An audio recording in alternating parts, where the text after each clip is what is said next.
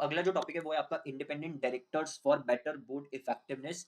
इसके अंदर सबसे पहले ये लिखा है कि इंडिपेंडेंट डायरेक्टर्स जो है, ठीक है, वो ऑब्जेक्टिव व्यू लेकर के आते हैं बोर्ड डिलिब्रेशंस में, आने बोर्ड के जो डिस्कशंस हैं, ठीक है, उसके अंदर एक ऑब्जेक्टिव व्यू जो है वो ये लेकर के आते हैं। तो ये क्यों जरूरी है? ये इसलिए जरूरी है बिकॉज ये सब लाइनें यूज करके कमेंट बेस्ड या in light of this statement वाले क्वेश्चंस बनाए जा सकते हैं, जैसे रोल ऑफ बीओडी के अंदर हो रहा था, ठीक है। यहाँ पर भी नीचे आप देखो रोल के बारे में बात करी गई है इंडिपेंडेंट डायरेक्टर्स के, तो क्वेश्चन आपको रोल के ऊपर बन के आएगा, ठीक है, लेकिन वो लाइन यहाँ पर जो ऊपर वाले पैराज में लिखी हुई है, ठीक है, इसमें से कोई भी लाइन दे देंगे। तो एक तो लाइन ये हो सकती है कि independent directors are known to bring objective view in board deliberations comment, या फिर in light of this statement explain the role of independent director, ठीक है। दूसरा, they act as guardians of the interest of all the shareholders and stakeholders, specially जहां पर भी potential conflict of interest होने की जो है प्रोबेबिलिटी है, ठीक है, उस रिस्पेक्ट में शेयर होल्डर और स्टेक होल्डर के इंटरेस्ट को ये प्रोटेक्ट करने का काम करते हैं, ठीक है। तो ये लाइन पर भी कमेंट बेस्ड क्वेश्चन जो है वो क्रिएट करा जा सकता है।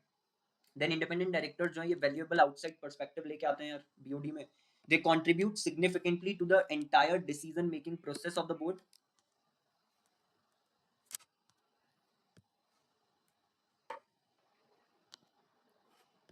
सो आगे क्या लिखा है इन्होंने कि वैल्यूएबल आउटसाइड पर्सपेक्टिव लेकर के आते हैं, ठीक है, प्लस कंट्रीब्यूट करते हैं significantly to the decision making process of the board.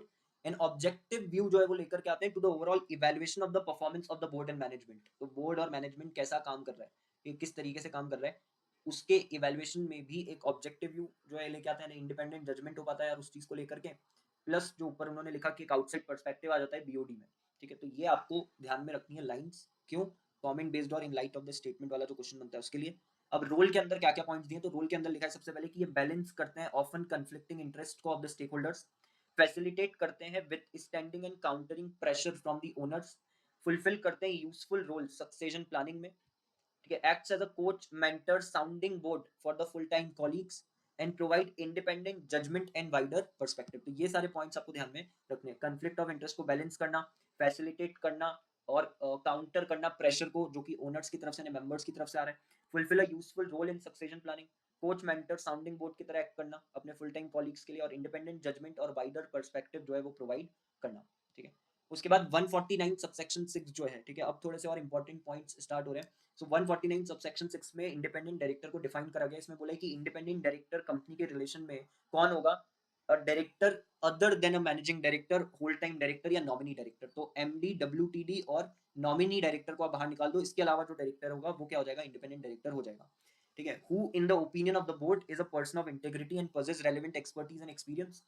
Then who is or was not, अभी प्रेजेंट में और पहले कभी भी प्रमोटर नहीं रहा है वो ऑफ द कंपनी या होल्डिंग सब्सिडियरी एसोसिएट कंपनी, ठीक है। तो प्रमोटर नहीं है अभी या पहले कभी किसका? कंपनी का, जो कंपनी में उसके अपॉइंटमेंट की बात हो रही है, ठीक है, उस कंपनी की बात है। सो कंपनी होल्डिंग सब्सिडियरी या associate company. Then second point, who is not related to promoter और directors in the company its holding subsidiary associate company, जो प्रेजेंट मोमेंट में किससे रिलेटेड नहीं है? प्रमोटर से या डायरेक्टर से। किसके? प्रमोटर और डायरेक्टर से, कंपनी के, होल्डिंग के, सब्सिडियरी के या एसोसिएट के। तो ये आपको ध्यान में रखना है कि जो पहला वाला पॉइंट है उसमें अगर आप पहले भी कभी प्रमोटर थे तो आप डिस्क्वालीफाई हो जाओगे, लेकिन अगर सेकंड वाला पॉइंट देखिए उसमें आप पहले कभी रिलेटेड थे, अब आप उनसे बिल्कुल भी रिलेटेड नहीं हो प्रमोटर डायरेक्टर से, तो आप डिस्क्वालीफाई नहीं होगे, ठीक है, ये ध्यान रखना।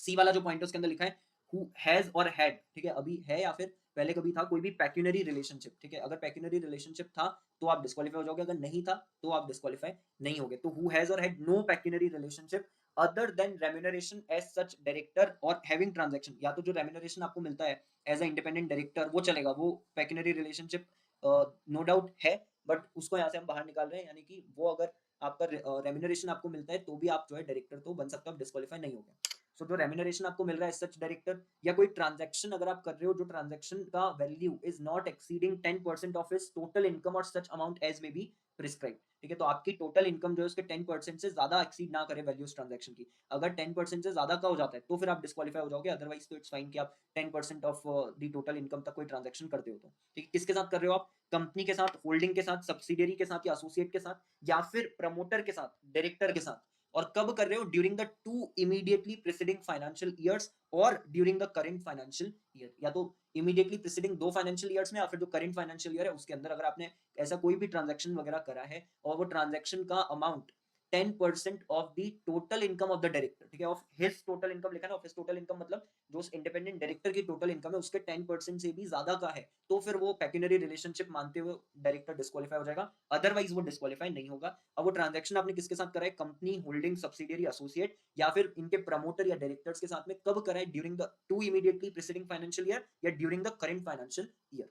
ठीक, अब ये जो पॉइंट है आपका सी वाला, ये किस केस में एप्लीकेबल नहीं है, गवर्नमेंट कंपनी के केस में एप्लीकेबल नहीं है, ये भी आपको ध्यान रखना है। तो गवर्नमेंट कंपनी के केस में पेक्यूनरी रिलेशनशिप वाला पॉइंट एप्लीकेबल ही नहीं है, पेक्यूनरी रिलेशनशिप है तो भी आप इंडिपेंडेंट डायरेक्टर बन सकते हो, ठीक है, ये आपको ध्यान रखना है। तीनों पॉइंट्स आप ध्यान रखोगे जो अभी तक हमने पढ़े हैं एबीसी।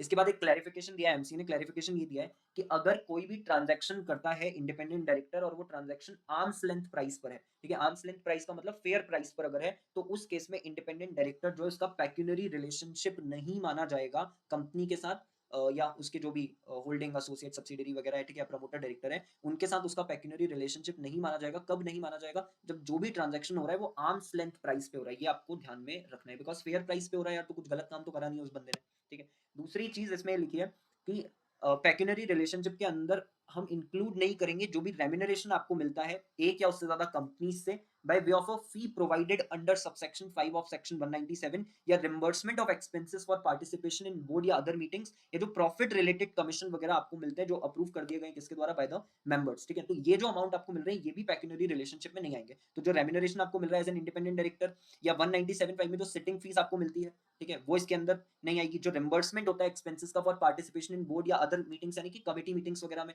ठीक है, तो वो जो भी पैसा आपको आपने जो काम करा है उसके बदले में मिल रहा है, ठीक है, चाहे वो प्रॉफिट रिलेटेड कमीशन हो गया, रेम्यूनरेशन हो गया, रिम्बर्समेंट ऑफ एक्सपेंसेस हो गया, सिटिंग फीस हो गई, वो सब पेक्यूनरी रिलेशनशिप में नहीं आएगा, ये आप ध्यान रखोगे। ये सब होने के बावजूद भी आप डिस्क्वालीफाई नहीं होंगे, ठीक है, ये आपको ध्यान में रखना है। इस पे क्वेश्चन बना बना करके आपको दे सकते हैं केस स्टडी। उसके बाद नेक्स्ट जो है वो है नन ऑफ हुज रिलेटिव्स, ठीक है, none of whose relatives is holding any security या interest in the company holding subsidiary associate during the 2 immediately preceding financial year या during the current financial year, जिसके कोई भी रिलेटिव सिक्योरिटी या interest ना hold कर रहे हो, ठीक है, किसके अंदर, कंपनी के अंदर होल्डिंग सब्सिडियरी एसोसिएट के अंदर, कब, पिछले जो दो आपके फाइनेंशियल ईयर्स है इमीडिएटली प्रीसीडिंग फाइनेंशियल ईयर्स उसमें या फिर during the current financial year. इसमें एक प्रोवाइजो आपको दिया है कि अगर रिलेटिव का केस है, ठीक है, तो रिलेटिव वाले केस में वो होल्ड कर सकता है सिक्योरिटी या इंटरेस्ट कंपनी में face value not exceeding 50 lakh rupees या 2% of the paid up capital of the company holding subsidiary associate company या such higher sum as may be prescribe. तो आप कितने कर सकते हो, फेस वैल्यू 50 लाख तक या 2% of the paid up capital of the company its holding subsidiary या एसोसिएट, ठीक है, ये आपको इसके अंदर ध्यान रखना है, ये भी इंपॉर्टेंट पॉइंट है केस स्टडी के पर्सपेक्टिव से। उसके बाद अगर आप इन उसके none of the relatives are indebted to the company, indebted नहीं होना चाहिए कंपनी को, होल्डिंग को, सब्सिडियरी को या एसोसिएट कंपनी को या उसके प्रमोटर या डायरेक्टर को, in excess of such amount जैसा भी प्रिस्क्राइब करा जाए during the 2 immediately preceding financial years और during the current financial year. तो ये अमाउंट कितना प्रिस्क्राइब करा हुआ है, वही 50 लाख रुपीस। तो 50 लाख से अगर ज्यादा हो गया तो डिस्क्वालीफाई हो जाएंगे, 50 लाख अगर अप टू 50 लाख है तो कोई दिक्कत नहीं है, तो ये भी आप ध्यान में रखोगे, ठीक है। इस इंडेक्टेड, अब ये इंडेक्टेड में आपको कंपनी होल्डिंग एसोसिएट सब्सिडियरी तो है ही, साथ में प्रमोटर और डायरेक्टर्स भी, ठीक है, तो ये ध्यान में रखना है। वैसे ही एक ये वाला पॉइंट है गारंटी वाला कि अगर गारंटी दी गई है, ठीक है, या सिक्योरिटी प्रोवाइड करी गई है in connection with the indebtedness of any third person, ठीक है, अगर किसी भी रिलेटिव ने कोई गारंटी दी है या सिक्योरिटी प्रोवाइड करी है थर्ड पर्सन के इंडेप्टनेस को लेकर के, किसको आपने ये गारंटी या सिक्योरिटी दी है, कंपनी को, होल्डिंग को, सब्सिडियरी को, एसोसिएट को या प्रमोटर या डायरेक्टर को। और यहाँ पर आप ध्यान से देखो कि जो प्रमोटर या डायरेक्टर की यहाँ पर बात हो रही है, ठीक है, यहाँ लिखा है और देयर प्रमोटर्स या फिर directors of such holding company. तो ये एक इंपॉर्टेंट पॉइंट है, ये जो थर्ड वाला इसके अंदर, कि प्रमोटर्स तो इन सब के कवर हो जाएंगे कंपनी होल्डिंग सब्सिडियरी एसोसिएट के, बट डायरेक्टर सिर्फ किसके कवर आपको करने हैं, डायरेक्टर आपको कवर करने हैं होल्डिंग कंपनी के, ठीक है। तो कंपनी को आपने गारंटी या सिक्योरिटी दी है, होल्डिंग को दिया, सब्सिडियरी को दिया, एसोसिएट को दिया, या इनके प्रमोटर्स को दिया, या फिर होल्डिंग कंपनी के डायरेक्टर्स को दिया, ठीक है, कितने अमाउंट की, 50 लाख रुपीज से ज्यादा की, ठीक है। अगर आप 50 लाख रुपीज से ज्यादा की गारंटी या सिक्योरिटी आपने दी है तो आप डिस्क्वालीफाई हो जाओगे। अगर अप टू 50 लाख की है तो कोई दिक्कत नहीं है, ठीक है। कब, during the immediately to preceding जो आपके फाइनेंशियल ईयर्स है या during the current financial year, ठीक है। इन्हीं दोनों पॉइंट को लेकर के नीचे आपको ये जो अमाउंट है बताया हुआ है इन्होंने यहाँ पर दिया, ये रहा एक क्वालिफिकेशन में रूल 5 के अंदर ये रहा, none of the relatives of an independent director is indebted to the company holding subsidiary associate their promoter और directors given a guarantee or provided any security in connection with the indebtedness of any third person to company holding subsidiary associate or their promoter or directors of such holding company for an amount of 50 lakh rupees at any time during the 2 immediately preceding financial years और during the current financial year, किसी भी time पर, ठीक है, during the financial year 50 lakh का अगर आपने indebtedness आपका है या गारंटी सिक्योरिटी आपने दी है तो आप डिस्क्वालीफाई जो है हो जाओगे एट एनी टाइम। का मतलब ये है कि मान लेते हैं लेट्स से हम फाइनेंशियल ईयर 24-25 के अंदर अपॉइंटमेंट कर रहे हैं और 23-24 में, ठीक है, जो इनडेटनेस का अमाउंट है वो 50 लाख हो जाता है, ठीक है, जो यहाँ पर इन्होंने ऊपर लिखा हुआ है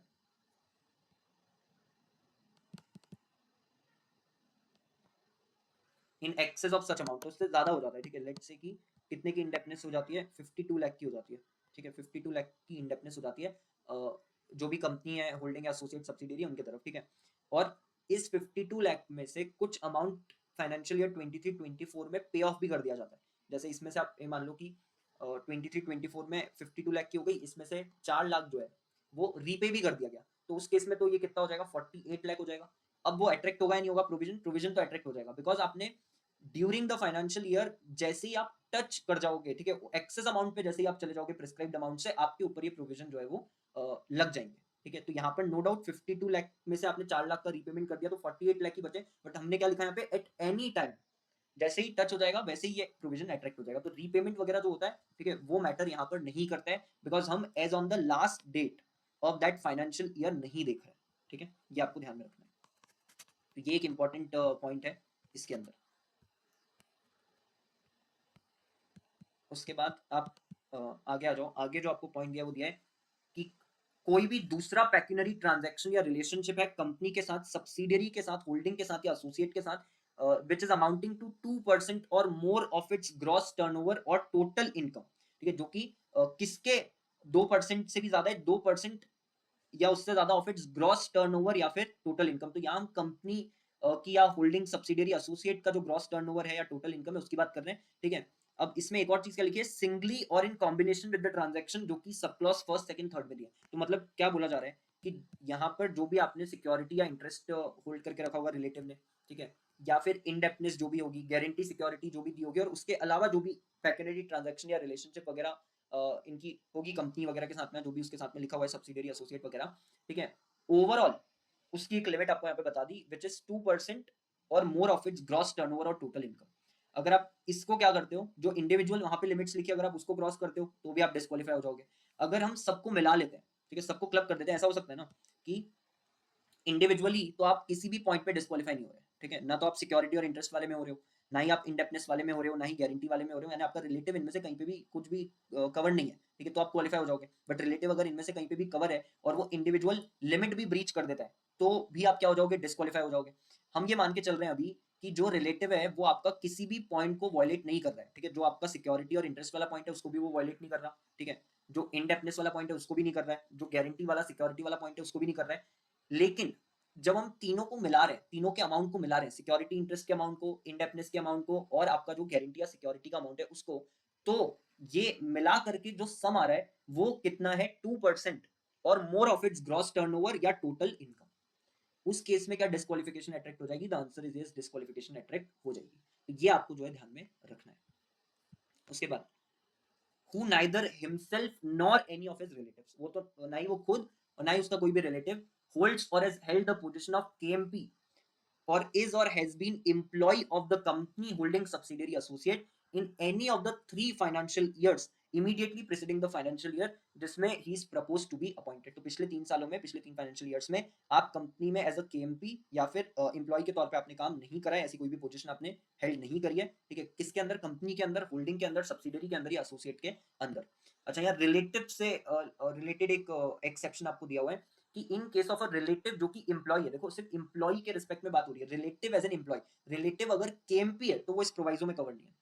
रिलेटिव अगर केएमपी है तो डिस्क्वालिफिकेशन अट्रैक्ट होगी, बट अगर रिलेटिव एज एन एम्प्लॉय काम करता है तो उस केस में डिस्क्वालिफिकेशन जो है वो अट्रैक्ट नहीं होगी।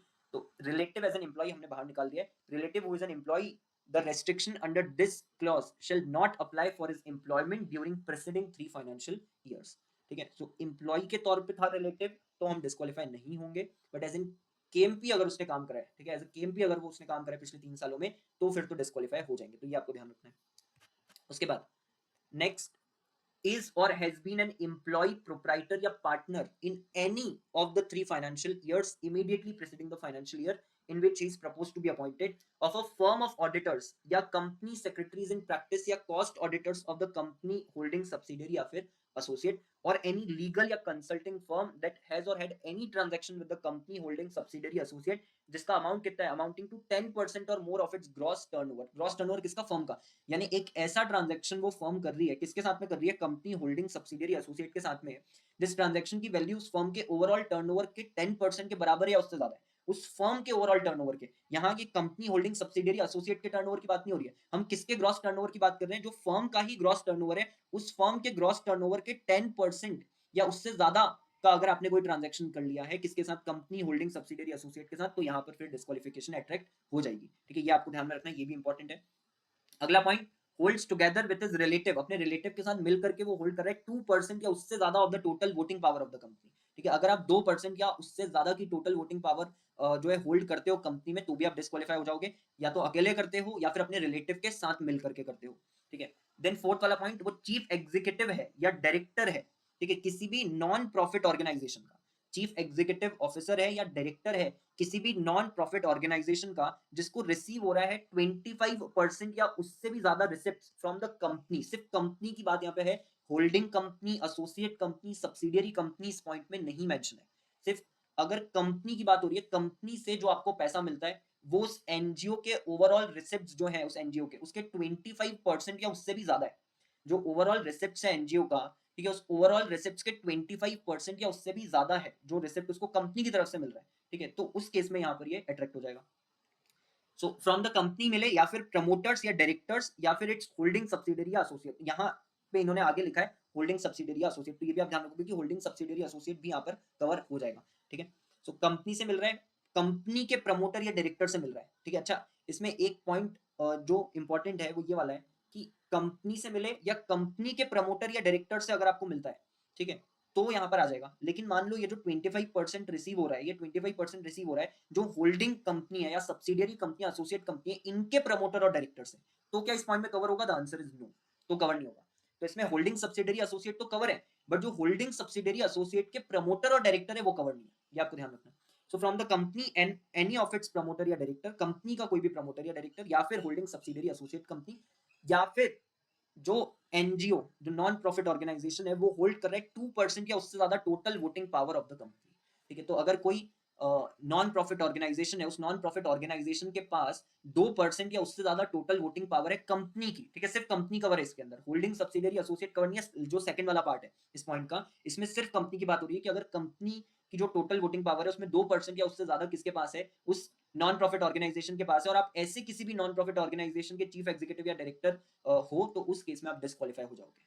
ठीक है, ये आपको ध्यान में रखना है, ये सारे पॉइंट केस स्टडी के पर्सपेक्टिव से बहुत ज्यादा इंपॉर्टेंट है। किसी भी पॉइंट में आपको कोई भी डाउट है तो आप मेरे को रीच आउट कर सकते हो। उसके बाद एफ वाला है, who possesses such other qualification, जैसा कि प्रिस्क्राइब्ड हो। देन 149(7) के अंदर क्या लिखा है, 149(7) में लिखा है every independent director shall at the first meeting of the board, जिसमें वो पार्टिसिपेट करेगा इन the capacity of an independent director, और उसके बाद जब जब भी पहली मीटिंग होगी बोर्ड की हर फाइनेंशियल ईयर में, या जब जब भी चेंज आता है उसके सर्कमस्टांसेस में जो अफेक्ट कर सकते हैं उसका status as an independent director, एक डिक्लेरेशन देगा कि वो क्राइटेरिया पूरा करता है इंडिपेंडेंस का, जो 149 सबसेक्शन 6 में अभी हम ऊपर पढ़ के आ रहे हैं, तो उसको ये डिक्लेरेशन देना है। पहली बोर्ड मीटिंग जिसमें वो पार्टिसिपेट करेगा एज एन इंडिपेंडेंट डायरेक्टर, उसमें भी देना है, फिर उसके बाद हर फाइनेंशियल ईयर की जो पहली बोर्ड मीटिंग होगी उसमें भी देना है, और तब भी देना है जब जब वो सर्कमस्टांसेस जो ऊपर हमने डिस्कस करे उसमें कोई भी चेंजेस आते हैं, तो आपकी कुछ होल्डिंग वगैरह उसमें चेंज आ गया, आपकी रिलेटिव के सिक्योरिटी इंटरेस्ट की होल्डिंग में चेंज आ गया, या गारंटी जो दिया है, लोन जो दिया है उसमें चेंज आ गया, पेक्यूनरी रिलेशनशिप के अमाउंट में चेंज आ गया, वो आपको जो है बताना पड़ेगा। ठीक है, अच्छा ये एक एक्सप्लेनेशन जो इसके अंदर लिखा है कि इस सेक्शन के पर्पस के लिए nominee director means a director nominated by any financial institution in pursuance of the provisions of any law for the timing in force or of any agreement या अपॉइंटेड बाय गवर्नमेंट या any other person to represent its interest, हम already पढ़ भी चुके हैं। ये nominee director जो सबसे स्टार्टिंग वाली लाइन हमने पढ़ी थी कि इंडिपेंडेंट डायरेक्टर का मतलब है कोई भी director other than managing director, whole time director या नॉमिनी डायरेक्टर, तो नॉमिनी डायरेक्टर का मतलब आपको यहाँ पे दिया है उन्होंने। उसके बाद अगला जो पॉइंट आता है वो आता है कि नंबर ऑफ इंडिपेंडेंट डायरेक्टर, कितने number of independent directors appoint करना है। तो रूल 4 जो है companies appointment and qualification of director rules 2014, इसमें लिखा है कि following class or classes of companies shall have at least 2 directors as independent directors. ये पहले भी हम पढ़ चुके हैं। पब्लिक कंपनीज जिनका की पीयूएससी 10 करोड़ या उससे ज्यादा है, या पब्लिक कंपनीज जिनका टर्नओवर 100 करोड़ या फिर उससे ज्यादा है, या फिर पब्लिक कंपनीज जिनका एग्रीगेट यानी सब आउटस्टैंडिंग लोन डिबेंचर डिपॉजिट्स मिला करके 50 करोड़ से ज्यादा है। देन उसके बाद provided in case a company covered under this rule is required to appoint a higher number of independent directors, किस कारण से? Due to the composition of its audit committee. भाई ऑडिट कमिटी बनानी है, अब उसके अंदर इतने डायरेक्टर्स तो चाहिए ही, तो जो 2 की लिमिट है, ठीक है, वो तो ठीक है आप फुलफिल कर देते हो, बट आपको और हायर नंबर भी अपॉइंट करने की जरूरत है। अगर आप 2 से ज्यादा अपॉइंट नहीं करोगे तो ऑडिट कमिटी का कंपोजिशन आपका नहीं बैठेगा। तो फिर उस केस में आपको क्या करना पड़ेगा, जो हायर नंबर है, ठीक है, इंडिपेंडेंट डायरेक्टर्स का, उतने इंडिपेंडेंट डायरेक्टर्स अपॉइंट करने पड़ेंगे। ठीक है, तो नो डाउट आपने ये मिनिमम 2 की रिक्वायरमेंट पूरी कर दी। ठीक है, बट आपके ऊपर अगर ऑडिट कमिटी के भी प्रोविजंस अट्रैक्ट होते हैं और उसके अकॉर्डिंग ये समझ में आता है कि यार आपके ऑडिट कमिटी में, सिर्फ एग्जांपल ले रहा हूं मैं, कंपोजिशन ऑडिट कमिटी का ऑलरेडी दिया हुआ है, बट एग्जांपल के तौर पे ये समझ में आता है कि यार ऑडिट कमिटी के अंदर तो 4 इंडिपेंडेंट डायरेक्टर्स चाहिए। ठीक है, तो आपको 4 अपॉइंट करने पड़ेंगे। आपको फिर मिनिमम 2 अपॉइंट नहीं करने, मिनिमम 2 अपॉइंट करने से आपका काम नहीं होगा, प्रोविजन फुलफिल नहीं होगा, आपको 4 करने पड़ेंगे। ये वाली बात जो इसके अंदर लिखी है।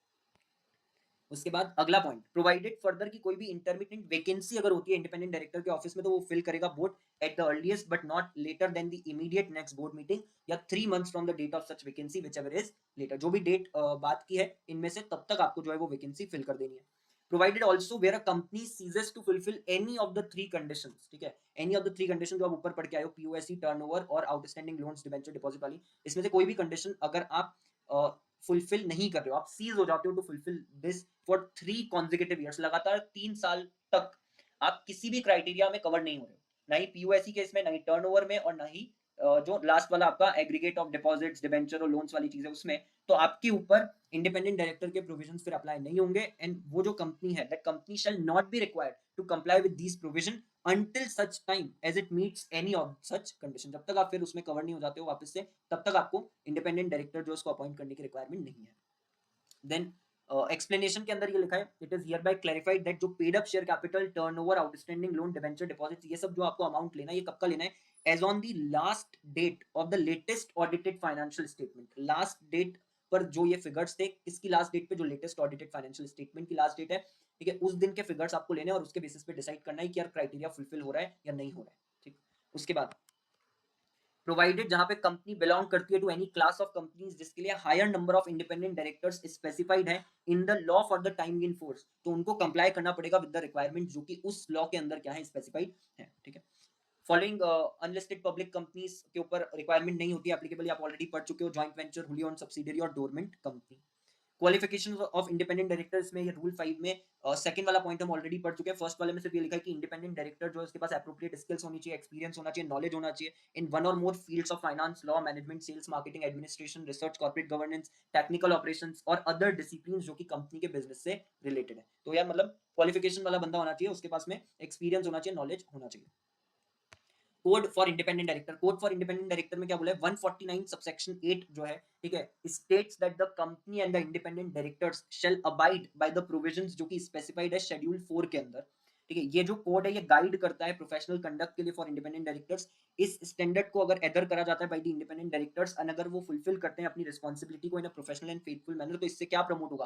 कॉन्फिडेंस प्रमोट होगा इन्वेस्टमेंट कम्युनिटी का। ठीक है, पर्टिकुलरली जो माइनॉरिटी शेयर होल्डर्स हैं, रेगुलेटर्स हैं और companies in the institution of independent directors, इन सब लोगों का जो इंडिपेंडेंट डायरेक्टर्स के अंदर ट्रस्ट है वो और ज्यादा बढ़ जाएगा अगर इंडिपेंडेंट डायरेक्टर्स इस कोड को इंप्लीमेंट करके, इस कोड को फॉलो करके अपनी रिस्पॉन्सिबिलिटीज डिस्चार्ज करते हैं तो। ठीक है, ये आपको ध्यान में रखना है इसके अंदर। अब उसके बाद आगे लिखा है guidelines of professional conduct. Independent director को क्या क्या चीजें करनी है? Independent director shell uphold the ethical standards of integrity and probity, act objectively and constructively जब वो अपनी ड्यूटीज एक्सरसाइज कर रहे हैं, एक्सरसाइज करना अपनी रिस्पॉन्सिबिलिटी बोनाफाइड मैनर में in the interest of the company, devote करना sufficient time and attention to his professional obligations for informed and balanced decision making, not allow any extraneous considerations that will vitiate his exercise of objective independent judgment in the paramount interest of the company as a whole while concurring in or dissenting from the collective judgment of the board in its decision making। इसका मतलब क्या हुआ? जब भी decision making होगी, ठीक है, या तो आप ओवरऑल बोर्ड के साथ में अग्री करोगे या डिसअग्री करोगे, लेकिन जब आप अग्री या डिसअग्री कर रहे हो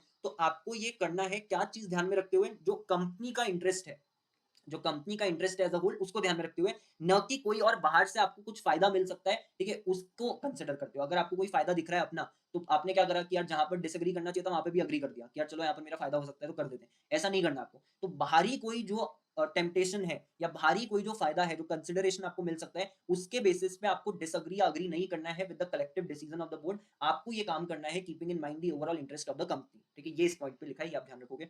उसके बाद not abuse his position to the detriment of the company और इट्स शेयर होल्डर्स और for the purpose of gaining direct या इनडायरेक्ट पर्सनल एडवांटेज या advantage for any associated person, ठीक है। खुद के लिए भी नहीं करना है और किसी एसोसिएटेड पर्सन के फायदे के लिए भी नहीं करना है। रिफ्रेन फ्रॉम एनी एक्शन जो कि क्या कॉज कर सकता है, लॉस ऑफ इंडिपेंडेंस कॉज कर सकता है। Where the circumstances arise which can make an independent director lose his independence, independent director को immediately inform कर देना चाहिए बोर्ड को इस बारे में। And assist the company in implementing the best corporate governance practices। In points पे भी आपको क्वेश्चन बनाया जा सकता है कि क्या प्रोफेशनल कंडक्ट की गाइडलाइंस है इंडिपेंडेंट डायरेक्टर के लिए। सेकंड, रोल एंड फंक्शंस क्या होंगे इंडिपेंडेंट डायरेक्टर के। सो इंडिपेंडेंट डायरेक्टर जो है उसको क्या करना है, इंडिपेंडेंट जजमेंट लेकर के आना है, ठीक है, बोर्ड के जो भी डिलिब्रेशंस एंड डिस्कशंस वगैरह है उनके अंदर। स्पेशली किन चीजों को लेकर के, specially on issues of strategy, performance, risk management, resources का किस तरीके से यूज होना चाहिए, की अपॉइंटमेंट्स यानी जो भी आप सीनियर मैनेजमेंट में और लोगों को अपॉइंट कर रहे हो तो किस तरीके के लोगों को अपॉइंट करना चाहिए, and standards of conduct. Then bring an objective view in the evaluation of performance of board and management, independent एक उनका इवैल्यूएशन हो बोर्ड और मैनेजमेंट का। Then scrutinize the performance of management in meeting the agreed goals and objectives and monitor the reporting of performance. Satisfy themselves on the integrity of financial information and that financial controls and the systems of risk management are robust and defensible. Safeguard the interest of all the stakeholders, particularly minority shareholders. Balance the conflicting interest of the stakeholders. Determine करना appropriate level of remuneration of executive directors, KMP, and senior management, and have a prime role in appointing and where necessary recommend removal of executive director, KMP and senior management। तो remuneration की बात हो गई, appointment की बात हो गई, removal की बात हो गई, उसमें भी इनका रोल रहेगा। Then moderate and arbitrate in the interest of the company as a whole in situation of conflict between the management and the shareholder interest। अगर management या shareholder interest के अंदर कुछ conflict होता है तो उसको balance out करने का काम भी किसका, independent director का। ये हमने ऊपर जब रोल पढ़ा था तो वहां पर भी पढ़ा था सबसे पहला पॉइंट, ठीक है, balancing the conflict of interest. Duties क्या क्या होंगी, अब ये सब आपको ना ध्यान में रखना है जब क्वेश्चन आ रहा है आपको क्या पूछ रहे हैं। अगर प्रोफेशनल कंडक्ट का पूछ रहे हैं तो ऊपर वाले सबसे पहले वाले पॉइंट्स लिखने हैं। रोल एंड फंक्शंस पूछ रहे हैं तो जो अभी जस्ट ऊपर पॉइंट्स पड़े हैं वो आपको लिखने हैं। ड्यूटीज अगर पूछ रहे हैं तो फिर ये वाले पॉइंट्स आएंगे। तो क्वेश्चन ध्यान से पढ़ना जरूरी है कि क्वेश्चन में क्या पूछा है।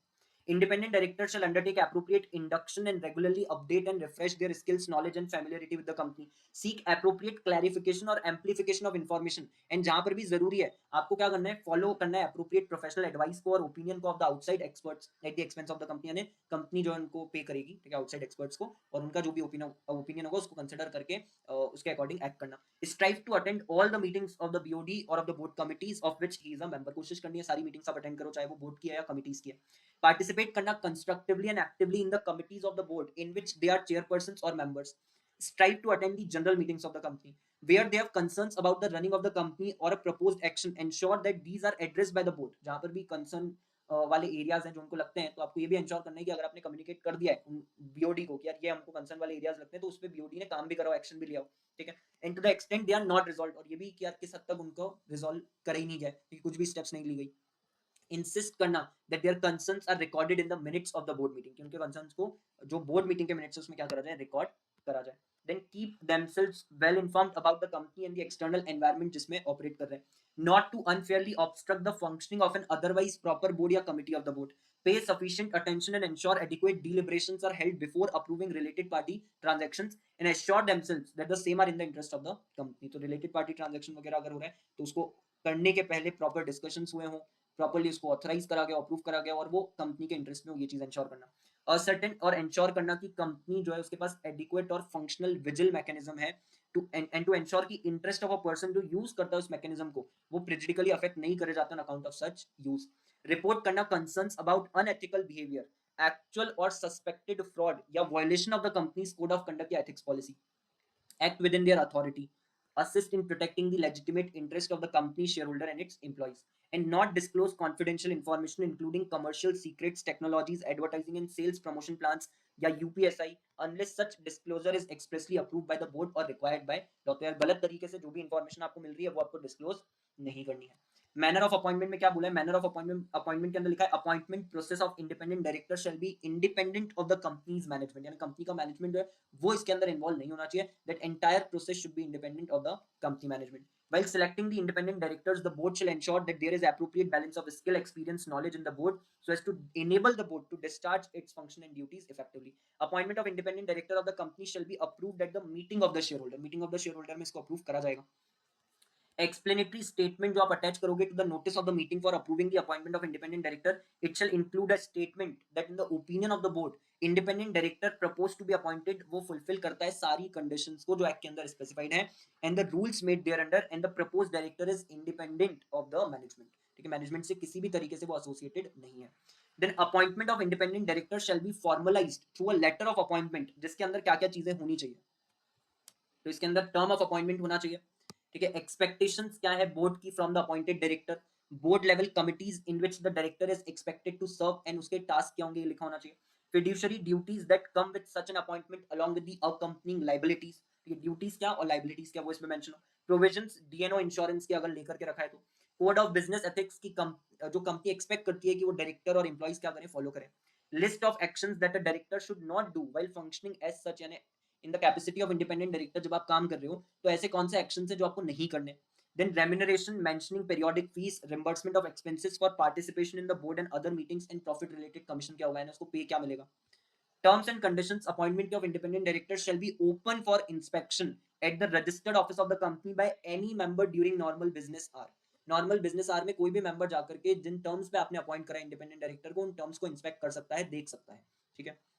And terms and conditions of appointment of independent director shall also be posted on the company's website. वो आपको कंपनी के वेबसाइट पे भी क्या करना है, डाल देना है. रीअपॉइंटमेंट में लिखा है reappointment of independent director shall be on the basis of report of performance evaluation. जो ये बोर्ड के परफॉर्मेंस को, मैनेजमेंट के परफॉर्मेंस को इवैल्यूएट करेंगे और उसके लिए रिपोर्ट बना करके देंगे. वो रिपोर्ट उन्होंने किस तरीके की बनाई है उसके बेसिस पे डिसाइड होगा कि पर्टिकुलर इंडिपेंडेंट डायरेक्टर की अपॉइंटमेंट को कंटिन्यू करना है या नहीं करना.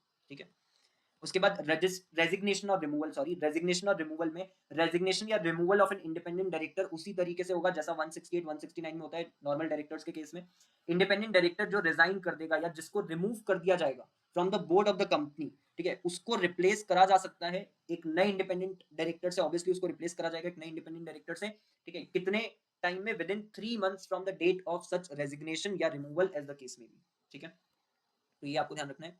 दूसरी चीज, where the company fulfils the requirement of independent directors in its board even without filling the vacancy जो क्रिएट हुई है रेजिग्नेशन या रिमूवल के कारण, तो जो रिक्वायरमेंट है of replacement bye new independent director ये अप्लाई नहीं होगी. तो ये जो सेकंड वाली चीज है, क्योंकि आप देखोगे इसके अंदर इन्होंने क्या लिख दिया है प्रोविजन में, इन्होंने लिख दिया है कि जैसे ही कोई इंडिपेंडेंट डायरेक्टर रिजाइन या रिमूव करे ना, तो कंपनी शेल बी, ठीक है, from the board of the company that person shall be replaced by new independent director. ने करना ही करना है आपको रिप्लेस नए से. लेकिन फिर थर्ड वाले में उन्होंने क्लियर कर दिया कि नो डाउट उसने रिजाइन कर दिया है, उसको रिमूव कर दिया गया, ठीक है, उसने रिजाइन रिमूव कर दिया, उसके बाद में भी जो minimum number of independent directors आपके बोर्ड पे होने चाहिए उसकी रिक्वायरमेंट पूरी हो रही है. आपने ऑलरेडी ज्यादा ही करके रखे थे अपॉइंट, उसमें से एक जो है चला भी गया तो भी आपकी वो रिक्वायरमेंट तो पूरी हो रही है मिनिमम वाली, तो भी क्या आपको रिप्लेसमेंट के तौर पे नया इंडिपेंडेंट डायरेक्टर अपॉइंट करना पड़ेगा. द आंसर इज नो, आपको नहीं करना पड़ेगा. तो इस पे भी आपको केस स्टडी आ सकती है कि क्या मैंडेटरी है रिप्लेस करना. The answer is no. तब मैंडेटरी नहीं है जब आप बिना रिप्लेस करे भी मिनिमम इंडिपेंडेंट डायरेक्टर की रिक्वायरमेंट को फुलफिल कर रहे हो. उसके बाद सेपरेट मीटिंग्स. सेपरेट मीटिंग्स में बोला है independent directors of the company shall hold at least one meeting in a financial year without the attendance of non independent directors and members of management. सारे के सारे इंडिपेंडेंट डायरेक्टर्स कंपनी के shall strive to be present at such meeting. कोशिश करनी है कि वो present रहे. मीटिंग जो है उसके अंदर क्या होगा, रिव्यू करेंगे परफॉर्मेंस नॉन इंडिपेंडेंट डायरेक्टर्स की और जो बोर्ड ऑफ डायरेक्टर्स है उनकी एज अ होल. रिव्यू करेंगे परफॉर्मेंस चेयरपर्सन की of the company taking into account the views of executive director and non executive director. And assess करेंगे quality, quantity, timeliness of flow of information between the company management and the board that is necessary. किस चीज के लिए कि board जो है वो effectively और रीजनेबली परफॉर्म कर सके अपनी ड्यूटीज. तो उसको लेकर के जो भी इंफॉर्मेशन एक्सचेंज है वो कैसा है ये देखने का भी काम करेंगे इस मीटिंग के अंदर. तो इस पे भी क्वेश्चन आपको आ सकता है सेपरेट मीटिंग के ऊपर. देन उसके बाद इवैल्यूएशन मैकेनिज्म क्या होगा, इसमें लिखा है performance evaluation of independent directors shall be done by the entire BOD. अच्छा, इंडिपेंडेंट डायरेक्टर्स तो इवैल्यूएट कर रहे हैं परफॉर्मेंस किसकी, जो भी बीओडी या मैनेजमेंट है उसकी. तो इंडिपेंडेंट डायरेक्टर्स की परफॉर्मेंस कौन इवैल्यूएट करेगा, जो बोर्ड ऑफ डायरेक्टर्स है वो करेंगे. लेकिन इस बोर्ड ऑफ डायरेक्टर में से जो डायरेक्टर्स की परफॉर्मेंस इवैल्यूएट करी जा रही है ऑब्वियसली उनको क्या कर दिया जाएगा, एक्सक्लूड कर दिया जाएगा, जिससे कि ऑब्जेक्टिविटी जो है एंटायर प्रोसेस की वो इंश्योर करी जा सके. And on the basis of the report of performance evaluation, it shall be determined whether to extend or continue the term of appointment of the independent director. कि करना या नहीं करना. ठीक है, ये आप ध्यान में रखोगे. उसके बाद आगे आप आ जाओ, जो आपका मीनिंग ऑफ इंडिपेंडेंट डायरेक्टर दिया है under regulation 16(1)(b) of SEBI LODR regulation 2015. इसके अंदर भी वही बात लिखी है, इंडिपेंडेंट डायरेक्टर का मतलब है non executive director other than a nominee director of the listed entity. Nominee director को बाहर निकाल दो, ठीक है। और यहाँ पर तो उन्होंने क्लियर लिख दिया कि इंडिपेंडेंट डायरेक्टर का मतलब ही नॉन एग्जीक्यूटिव डायरेक्टर है, तो एमडी और डब्ल्यूटीडी तो ऑटोमेटिकली क्या हो जाएंगे, फिर बाहर निकल जाएंगे। बातें सारी वही हैं, पॉइंट्स कुछ कुछ ही जो पॉइंट्स हैं, नए वाले पॉइंट्स कुछ ही हैं, बाकी सारे तो वही पॉइंट्स हैं जो हम ऑलरेडी पढ़ चुके हैं कि इन the opinion of the board is a person of integrity and possesses the relevant expertise and experience, who is or was not a promoter of listed entity or holding subsidiary associate company, a member of the promoter group of the listed entity। ये एक point है इसके अंदर नया, ठीक है। ये जो पॉइंट लिखा है कि आप ना तो प्रमोटर हो, ना ही पहले कभी थे, ना ही आप कभी मेंबर थे प्रमोटर ग्रुप के of the listed entity. So at present भी आप मेंबर नहीं हो प्रमोटर ग्रुप के, और आप पहले भी कभी मेंबर नहीं थे प्रमोटर ग्रुप के ऑफ द लिस्टेड एंटिटी। तो प्रमोटर भी नहीं थे और member of the promoter group भी नहीं थे, ठीक है। ये इंपॉर्टेंट है। Then who is not related to promoter या directors in the listed entity its holding subsidiary associate company, जो किसके साथ रिलेटेड ना हो, प्रमोटर के साथ या डायरेक्टर्स के साथ, लिस्टेड एंटिटी के, होल्डिंग के, सब्सिडियरी के या फिर एसोसिएट के। देन उसके बाद who apart from receiving directors remuneration has or had no material pecuniary relationship with the listed entity holding subsidiary associate या इनके promoter या directors during the 2 immediately preceding financial year या during the current financial year, ये वही वाला point है। none of whose relatives has or had any pecuniary relationship या transaction with the listed entity holding subsidiary associate or their promoter directors amounting to 2% or more of its gross turnover या total income or 50 lakh rupees या such higher amount as may be prescribed, इसमें से जो भी क्या हो whichever is lower। तो ऐसा कोई भी ट्रांजेक्शन नहीं है जिसका अमाउंट कितना है 2% या उससे ज्यादा ऑफ द ग्रॉस टर्नओवर या टोटल इनकम, ठीक है, या 50 lakh rupees which ever is lower during the 2 immediately preceding financial year or during the current financial year। then who neither himself nor any of his relative, ठीक है, holds or has held the position of KMP या is or has been employee of the listed entity holding subsidiary associate in any of the 3 financial years immediately preceding the financial year जिसमें he is proposed to be appointed, ये same ही point है। Then ये भी point वही है यार, employ proprietor partner वाला 3 financial years में किसी भी फर्म ऑफ ऑडिटर का या पीसीएस का या कॉस्ट ऑडिटर का ऑफ द लिस्टेड एंटिटी या इट्स होल्डिंग सब्सिडियरी एसोसिएट या लीगल या consulting firm that has or had any transaction with the listed entity its holding subsidiary associate amounting to 10% or more of the gross turnover of such firm, then holds together with his relatives 2% or more of the total voting power, same point। ये आपका वो non profit organisation वाला जो point है, ठीक है, ये भी वैसे ही है कि चीफ एग्जीक्यूटिव या director of any non profit organisation that receives 25% और मोर ऑफ इट्स रिसिप्ट्स और corpus from the listed entity any of its promoter directors या its holding subsidiary associate company, यहाँ पर भी होल्डिंग सब्सिडियरी एसोसिएट कंपनी के promoter director cover नहीं है, या जो भी नॉन प्रॉफिट ऑर्गेनाइजेशन होल्ड कर रहा है 2% या उससे ज्यादा total voting power of the listed company. Then उसके बाद next point is a material supplier, service provider या कस्टमर या लेसर या lessee of the listed company. इसमें से भी आप किसी में कवर नहीं होने चाहिए, ना ही आप मटेरियल सप्लायर हो, सर्विस प्रोवाइडर हो, कस्टमर हो, लेसर हो, लेसी हो, ठीक है। आपकी एज 21 ईयर्स ऑफ एज से कम नहीं होना चाहिए, not less than 21 years of age, यानी 21 ईयर्स या फिर उससे ज्यादा है तो चलेगा, 21 ईयर्स से कम है तो नहीं चलेगा। And who is not a non independent director of another company, आप किसी और कंपनी में नॉन इंडिपेंडेंट डायरेक्टर नहीं होने चाहिए जिसके बोर्ड पे on the board of which any non independent director of the listed entity is an independent director. अब इसका मतलब क्या हुआ, तो इसका मतलब ये हुआ कि लेट से एक कंपनी है ए, ठीक है, और एक कंपनी है बी। तो जो हमारे केस में कंसर्न कंपनी है वो कौन सी कंपनी है, बी कंसर्न कंपनी हमारे केस में, जिसके अंदर हम उसको अपॉइंट करना चाह रहे हैं, ठीक है, उस पर्सन को। अब क्या हो रहा है कि जो एक बार दोबारा से इसको अगर पढ़े तो इसमें लिखा है who is not a non independent director, जो कि नॉन इंडिपेंडेंट डायरेक्टर नहीं होना चाहिए, ऑफ अनदर कंपनी, ठीक है, जिसके बोर्ड पर कोई भी non independent director of the listed entity is an independent director. तो हमारे केस में जो कंसर्न कंपनी है वो बी है, यानी लिस्टेड एंटिटी कौन है हमारे केस में, बी, ठीक है। अब क्या हो रहा है, on the board of which any non independent director of the listed entity is an independent director, यानी कि जो बी कंपनी है, ये जो लिस्टेड एंटिटी है, इसके अंदर जो एक नॉन इंडिपेंडेंट डायरेक्टर है, ठीक है, इसके अंदर जो नॉन इंडिपेंडेंट डायरेक्टर है, एनआईडी है, वो नॉन इंडिपेंडेंट डायरेक्टर ए के बोर्ड पे, ए का जो बीओडी है वहां पर किस कैपेसिटी में एक्ट कर रहा है, इंडिपेंडेंट डायरेक्टर की कैपेसिटी में एक्ट कर रहा है, ठीक है। सो ये व्यक्ति जिसको हम अपॉइंट करने वाले हैं बी के अंदर, ये क्या नहीं होना चाहिए, ये नॉन इंडिपेंडेंट डायरेक्टर नहीं होना चाहिए उस अनादर कंपनी का जिसके बोर्ड पे any non independent director of the listed entities and independent director. तो जो हमारा कंसर्न पर्सन है वो ए के अंदर किस कैपेसिटी में काम कर रहा है, नॉन इंडिपेंडेंट डायरेक्टर की कैपेसिटी में। ये बात समझ गए कि ए के अंदर नॉन इंडिपेंडेंट डायरेक्टर की कैपेसिटी में जिसको हम अपॉइंट करना चाहते हैं वो काम कर रहा है, और ए के बोर्ड में जो बी कंपनी है, बी कंपनी में जो नॉन इंडिपेंडेंट डायरेक्टर है वो एज एन इंडिपेंडेंट डायरेक्टर क्या कर रहा है, फंक्शन कर रहा है। तो ऐसी सिचुएशन में भी आपका अपॉइंटमेंट नहीं हो पाएगा, ठीक है। तो ये आपको जो है ध्यान में रखना है। अगर ये पॉइंट आपको क्लियर नहीं है तो ऑब्वियसली आप मेरे को जो है रीच आउट कर सकते हो। कुछ भी नहीं यार, बहुत बेसिक सा पॉइंट है, एक बार दोबारा से रिपीट कर देता हूँ कि जो बी कंपनी है वो हमारे लिए लिस्टेड एंटिटी है, ठीक है, जो कंसर्न कंपनी है जिसमें हम लेट्स से मेरे को अपॉइंट करना चाह रहे हैं, ठीक है। बी कंपनी लिस्टेड एंटिटी है जिसके अंदर मेरे को अपॉइंट करा जाना है एज एन इंडिपेंडेंट डायरेक्टर, लेकिन मैं ए कंपनी के बोर्ड में as a non independent director काम कर रहा हूँ। मैं जो ए कंपनी है उसके बोर्ड पे as a non independent director काम कर रहा हूँ, प्लस ए कंपनी के बोर्ड में एक ऐसा व्यक्ति भी है जो कि बी के बोर्ड में नॉन इंडिपेंडेंट डायरेक्टर है और ए के बोर्ड में as an independent director act कर रहा है। तो मेरा अपॉइंटमेंट हो सकता है क्या बी में as an independent director? The answer is no, नहीं हो सकता, ठीक है। ये आपको बात ध्यान रखनी है, ठीक है।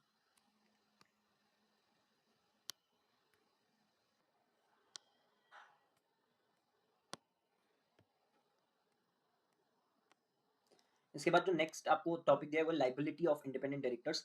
लाइबिलिटी ऑफ इंडिपेंडेंट डायरेक्टर्स के अंदर कंपनीज एक्ट में लिखा है कि सेक्शन 149 सबसेक्शन 12 के according independent director and non executive director जो कि प्रमोटर या केएमपी नहीं है shall be held liable only in respect of such acts of omission या commission by a company जो कि ऑकर हुए उनके नॉलेज से या जो एट्रीब्यूटेबल है to them through the board processes, या फिर जो हुए उनके कंसेंट और कॉन्निवेंट से, या फिर जहां पर भी उन्होंने डिलीजेंटली एक्ट नहीं करा, ठीक है। तो ये जो पॉइंट्स है इसमें अगर कवर हो जाते हैं तो ही आप उनको लाइबल हेल्ड करोगे, अदरवाइज आप उनको लाइबल हेल्ड नहीं करोगे।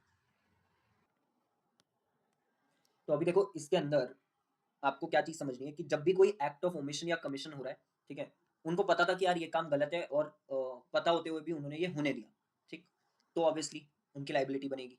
सेकंड, ये जो है ना एट्रीब्यूटेबल थ्रू बोर्ड प्रोसेस, इसका मतलब ये है कि जो मिनट्स वगैरह होते हैं, ठीक है, बोर्ड मीटिंग के, वो तो सभी डायरेक्टर्स को सर्कुलेट करे जाते हैं, ठीक है। तो minutes is a part of what board process. अब मिनट्स के अंदर मेंशन है कि यार हम ये फलाना फलाना डिसीजन हमने लिया है, ठीक है, और वो चीज ऑब्वियसली गलत है। अब आपके पास मिनट्स आ गए, ठीक है, आपने पढ़े या नहीं पढ़े उससे कोई मतलब नहीं है, ठीक है, लेकिन क्या वो मिनट्स आपके पास आ गई, क्या उसमें वो बात लिखी है? अब आपकी ड्यूटी बनती है ना यार मिनट्स को पढ़ना, जो हम ऑलरेडी ऊपर पढ़ चुके हैं यार, इंडिपेंडेंट डायरेक्टर को सही तरीके से जो है काम करना है, तो सही तरीके से काम करना है, उसको सारी चीजें चेक करनी है, देखना है कैसे काम हो रहा है, तो मिनट्स पढ़ना उसकी रिस्पॉन्सिबिलिटी है। अब उसने मिनट्स नहीं पढ़े तो भी क्या वो इस पॉइंट में कवर हो जाएगा एट्रीब्यूटेबल थ्रू बोर्ड प्रोसेस वाले में? द आंसर इज यस, ठीक है। आपको मिनट्स प्रोवाइड करे गए थे, उसमें बताया हुआ है बकायदा कि ये काम हो रहा है और वो चीज गलत है। अब आपने मिनट्स नहीं पढ़े, आपकी दिक्कत है, आप इस पॉइंट में कवर हो जाओगे एट्रीब्यूटेबल थ्रू ये बोर्ड प्रोसेस और आप भी लाइबल हो जाओगे, ठीक है। तो ये मिनट्स इसका एक एग्जांपल है जो मैंने आपको बताया अभी। फिर उसके बाद आपके कंसेंट और कॉन्निवेंसी हो रहा है, आपने खुद ने जो है अग्री करा है कि हाँ यार गलत काम करो, ठीक है, ओमिशन करो, कमीशन करो गलत चीजों का, तो फिर तो यार आपकी लाइबिलिटी आनी आनी है। या फिर ऐसी कोई भी सिचुएशन जहाँ पे आपने डिलीजेंटली एक्ट नहीं करा, ठीक है, इन्हीं केसेस में आपकी लाइबिलिटी आएगी, अदरवाइज आपकी लाइबिलिटी नहीं आएगी। ये जो है ध्यान में आपको रखना है, ठीक है। इंडिपेंडेंट डायरेक्टर के अंदर या नॉन एग्जीक्यूटिव डायरेक्टर जो कि प्रमोटर या केएमपी नहीं है, ठीक है, दोनों के लिए ये वाला प्रोविजन। उसके बाद सेबी एलओडीआर में भी सेम बात लिखी है, कोई अंतर नहीं है, ठीक है, ये जो पूरा पैरा लिखा है सेम ही लिखा है। एक इसमें एक्स्ट्रा पॉइंट ये लिखा है कि रेगुलेशन 2510 प्रोवाइड करता है दैट विद इफेक्ट फ्रॉम, ये सब पॉइंट्स अभी कट चुके हैं, ठीक है ना, आपको सिर्फ याद रखना है कि regulation number 25 sub regulation number 10 में लिखा है कि टॉप 1000 जो भी लिस्टेड एंटिटीज है, ठीक है, टॉप 1000 लिस्टेड एंटिटीज जो है, ठीक है, by market capitalisation calculated as on March 31 of the preceding financial year, उनको अंडरटेक करना है क्या चीज? D and O insurance, directors and officers insurance for all their independent directors, अपने सभी इंडिपेंडेंट डायरेक्टर्स के लिए, of such quantum and for such risk, जैसा कि डिटरमाइन करा जाए by the board of directors. तो ये एक इंपॉर्टेंट पॉइंट है जो आप ध्यान में रखोगे। प्लस ये लाइबिलिटी वाला भी इंपॉर्टेंट पॉइंट है कि कब उनकी लाइबिलिटी बनेगी, जब उनके नॉलेज में थी चीज और उन्होंने होने दी, या एट्रीब्यूटेबल है उनको थ्रू द बोर्ड प्रोसेसेस, या उनके कंसेंट या कॉन्विवेंस से वो गलत काम हुआ है, या फिर जहां पर उन्होंने डिलीजेंटली एक्ट नहीं करा, ठीक है। उसके बाद क्लैरिफिकेशन प्रोवाइड करा है एमसीए ने, ये clarification liability of independent director को लेकर के ही है। इसके अंदर यही बात लिखी है कि जो आईडीज हैं, ठीक है, इंडिपेंडेंट डायरेक्टर्स हैं या नॉन एग्जीक्यूटिव डायरेक्टर्स हैं जो कि नॉन प्रमोटर और नॉन केएमपी हैं, इनको आप किसी भी क्रिमिनल या सिविल प्रोसीडिंग्स में जो है इनके अगेंस्ट आप ऐसी कोई भी प्रोसीडिंग इनिशिएट नहीं कर सकते, इनको इन प्रोसीडिंग्स में आप शामिल नहीं कर सकते हो unless the above mentioned criteria is met. ये कौन सा अबव मेंशन्ड क्राइटेरिया है? वही जो हमने पढ़ा, नॉलेज से होना चाहिए, बोर्ड प्रोसेस को एट्रीब्यूटेबल हो, कंसेंट कॉन्निवेंस से हुआ हो, या जहां पर उन्होंने डिलीजेंटली एक्ट नहीं करा, ठीक है। इसमें लिखा है typically apart from the IDs independent director, जो नॉन प्रमोटर या non KMP non executive directors की हम बात कर रहे हैं, वो नॉन एग्जीक्यूटिव डायरेक्टर किन किन केसेस में आ जाएंगे? जैसे डायरेक्टर्स जिनको नॉमिनेट करा हो गवर्नमेंट ने ऑन द पीएसयू, तो जो नॉमिनी डायरेक्टर है, ठीक है, वो नॉन एग्जीक्यूटिव डायरेक्टर है, प्लस वो प्रमोटर भी नहीं है, वो केएमपी भी नहीं है, तो वो भी इसके अंदर कवर हो जाएगा। उसको भी आप ऐसे ही जो है प्रोसीडिंग्स वगैरह में इन्वॉल्व नहीं कर सकते हो जब तक कि ये क्राइटेरिया मेट ना हो जाए। Then directors nominated by the public sector financial institutions या banks having participation in equity of a company या फिर otherwise, चाहे वो participation हो उनका या ना हो, ठीक है, अगर उन्होंने भी किसी को nominate करा है तो वो भी क्या हो जाएगा, नॉन एग्जीक्यूटिव में कवर हो जाएगा.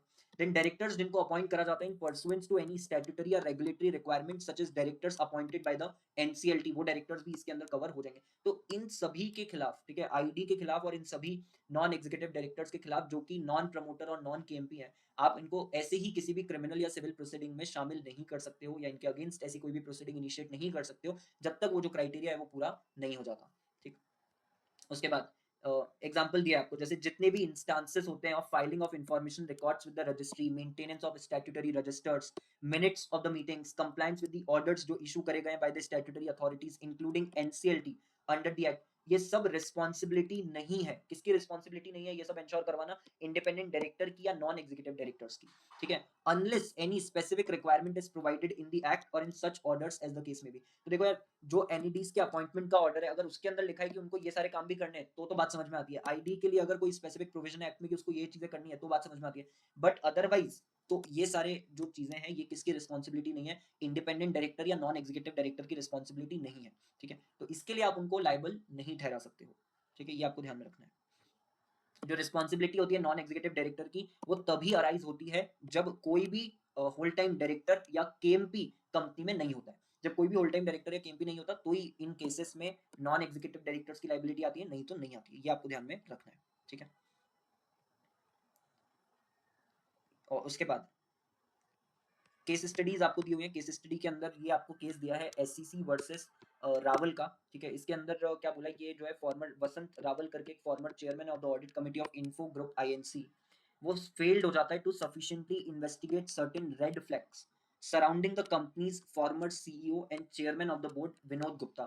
ठीक है, सो ये जो है ये ऑब्वियसली जो वसंत रावल फॉर्मर चेयरमैन है ऑडिट कमेटी का, ये कौन है यार? इंडिपेंडेंट डायरेक्टर है. ठीक है, तो उसी का एक्शन जो होता है, लाइबिलिटी जो बनती है इंडिपेंडेंट डायरेक्टर की और उसके खिलाफ जो आप एक्शन लेते हो उसको लेकर के केस स्टडी आपको दिया है. इस केस में वसंत रावल अपनी ड्यूटी डिस्चार्ज करने में क्या हो जाता है? फेल हो जाता है. तो ऑब्वियसली उसके अगेंस्ट जो भी प्रोसीडिंग्स वगैरह है वो इनिशिएट करी जाती है और वो सही भी है क्योंकि आप ड्यूटी अपनी डिस्चार्ज नहीं कर पाए.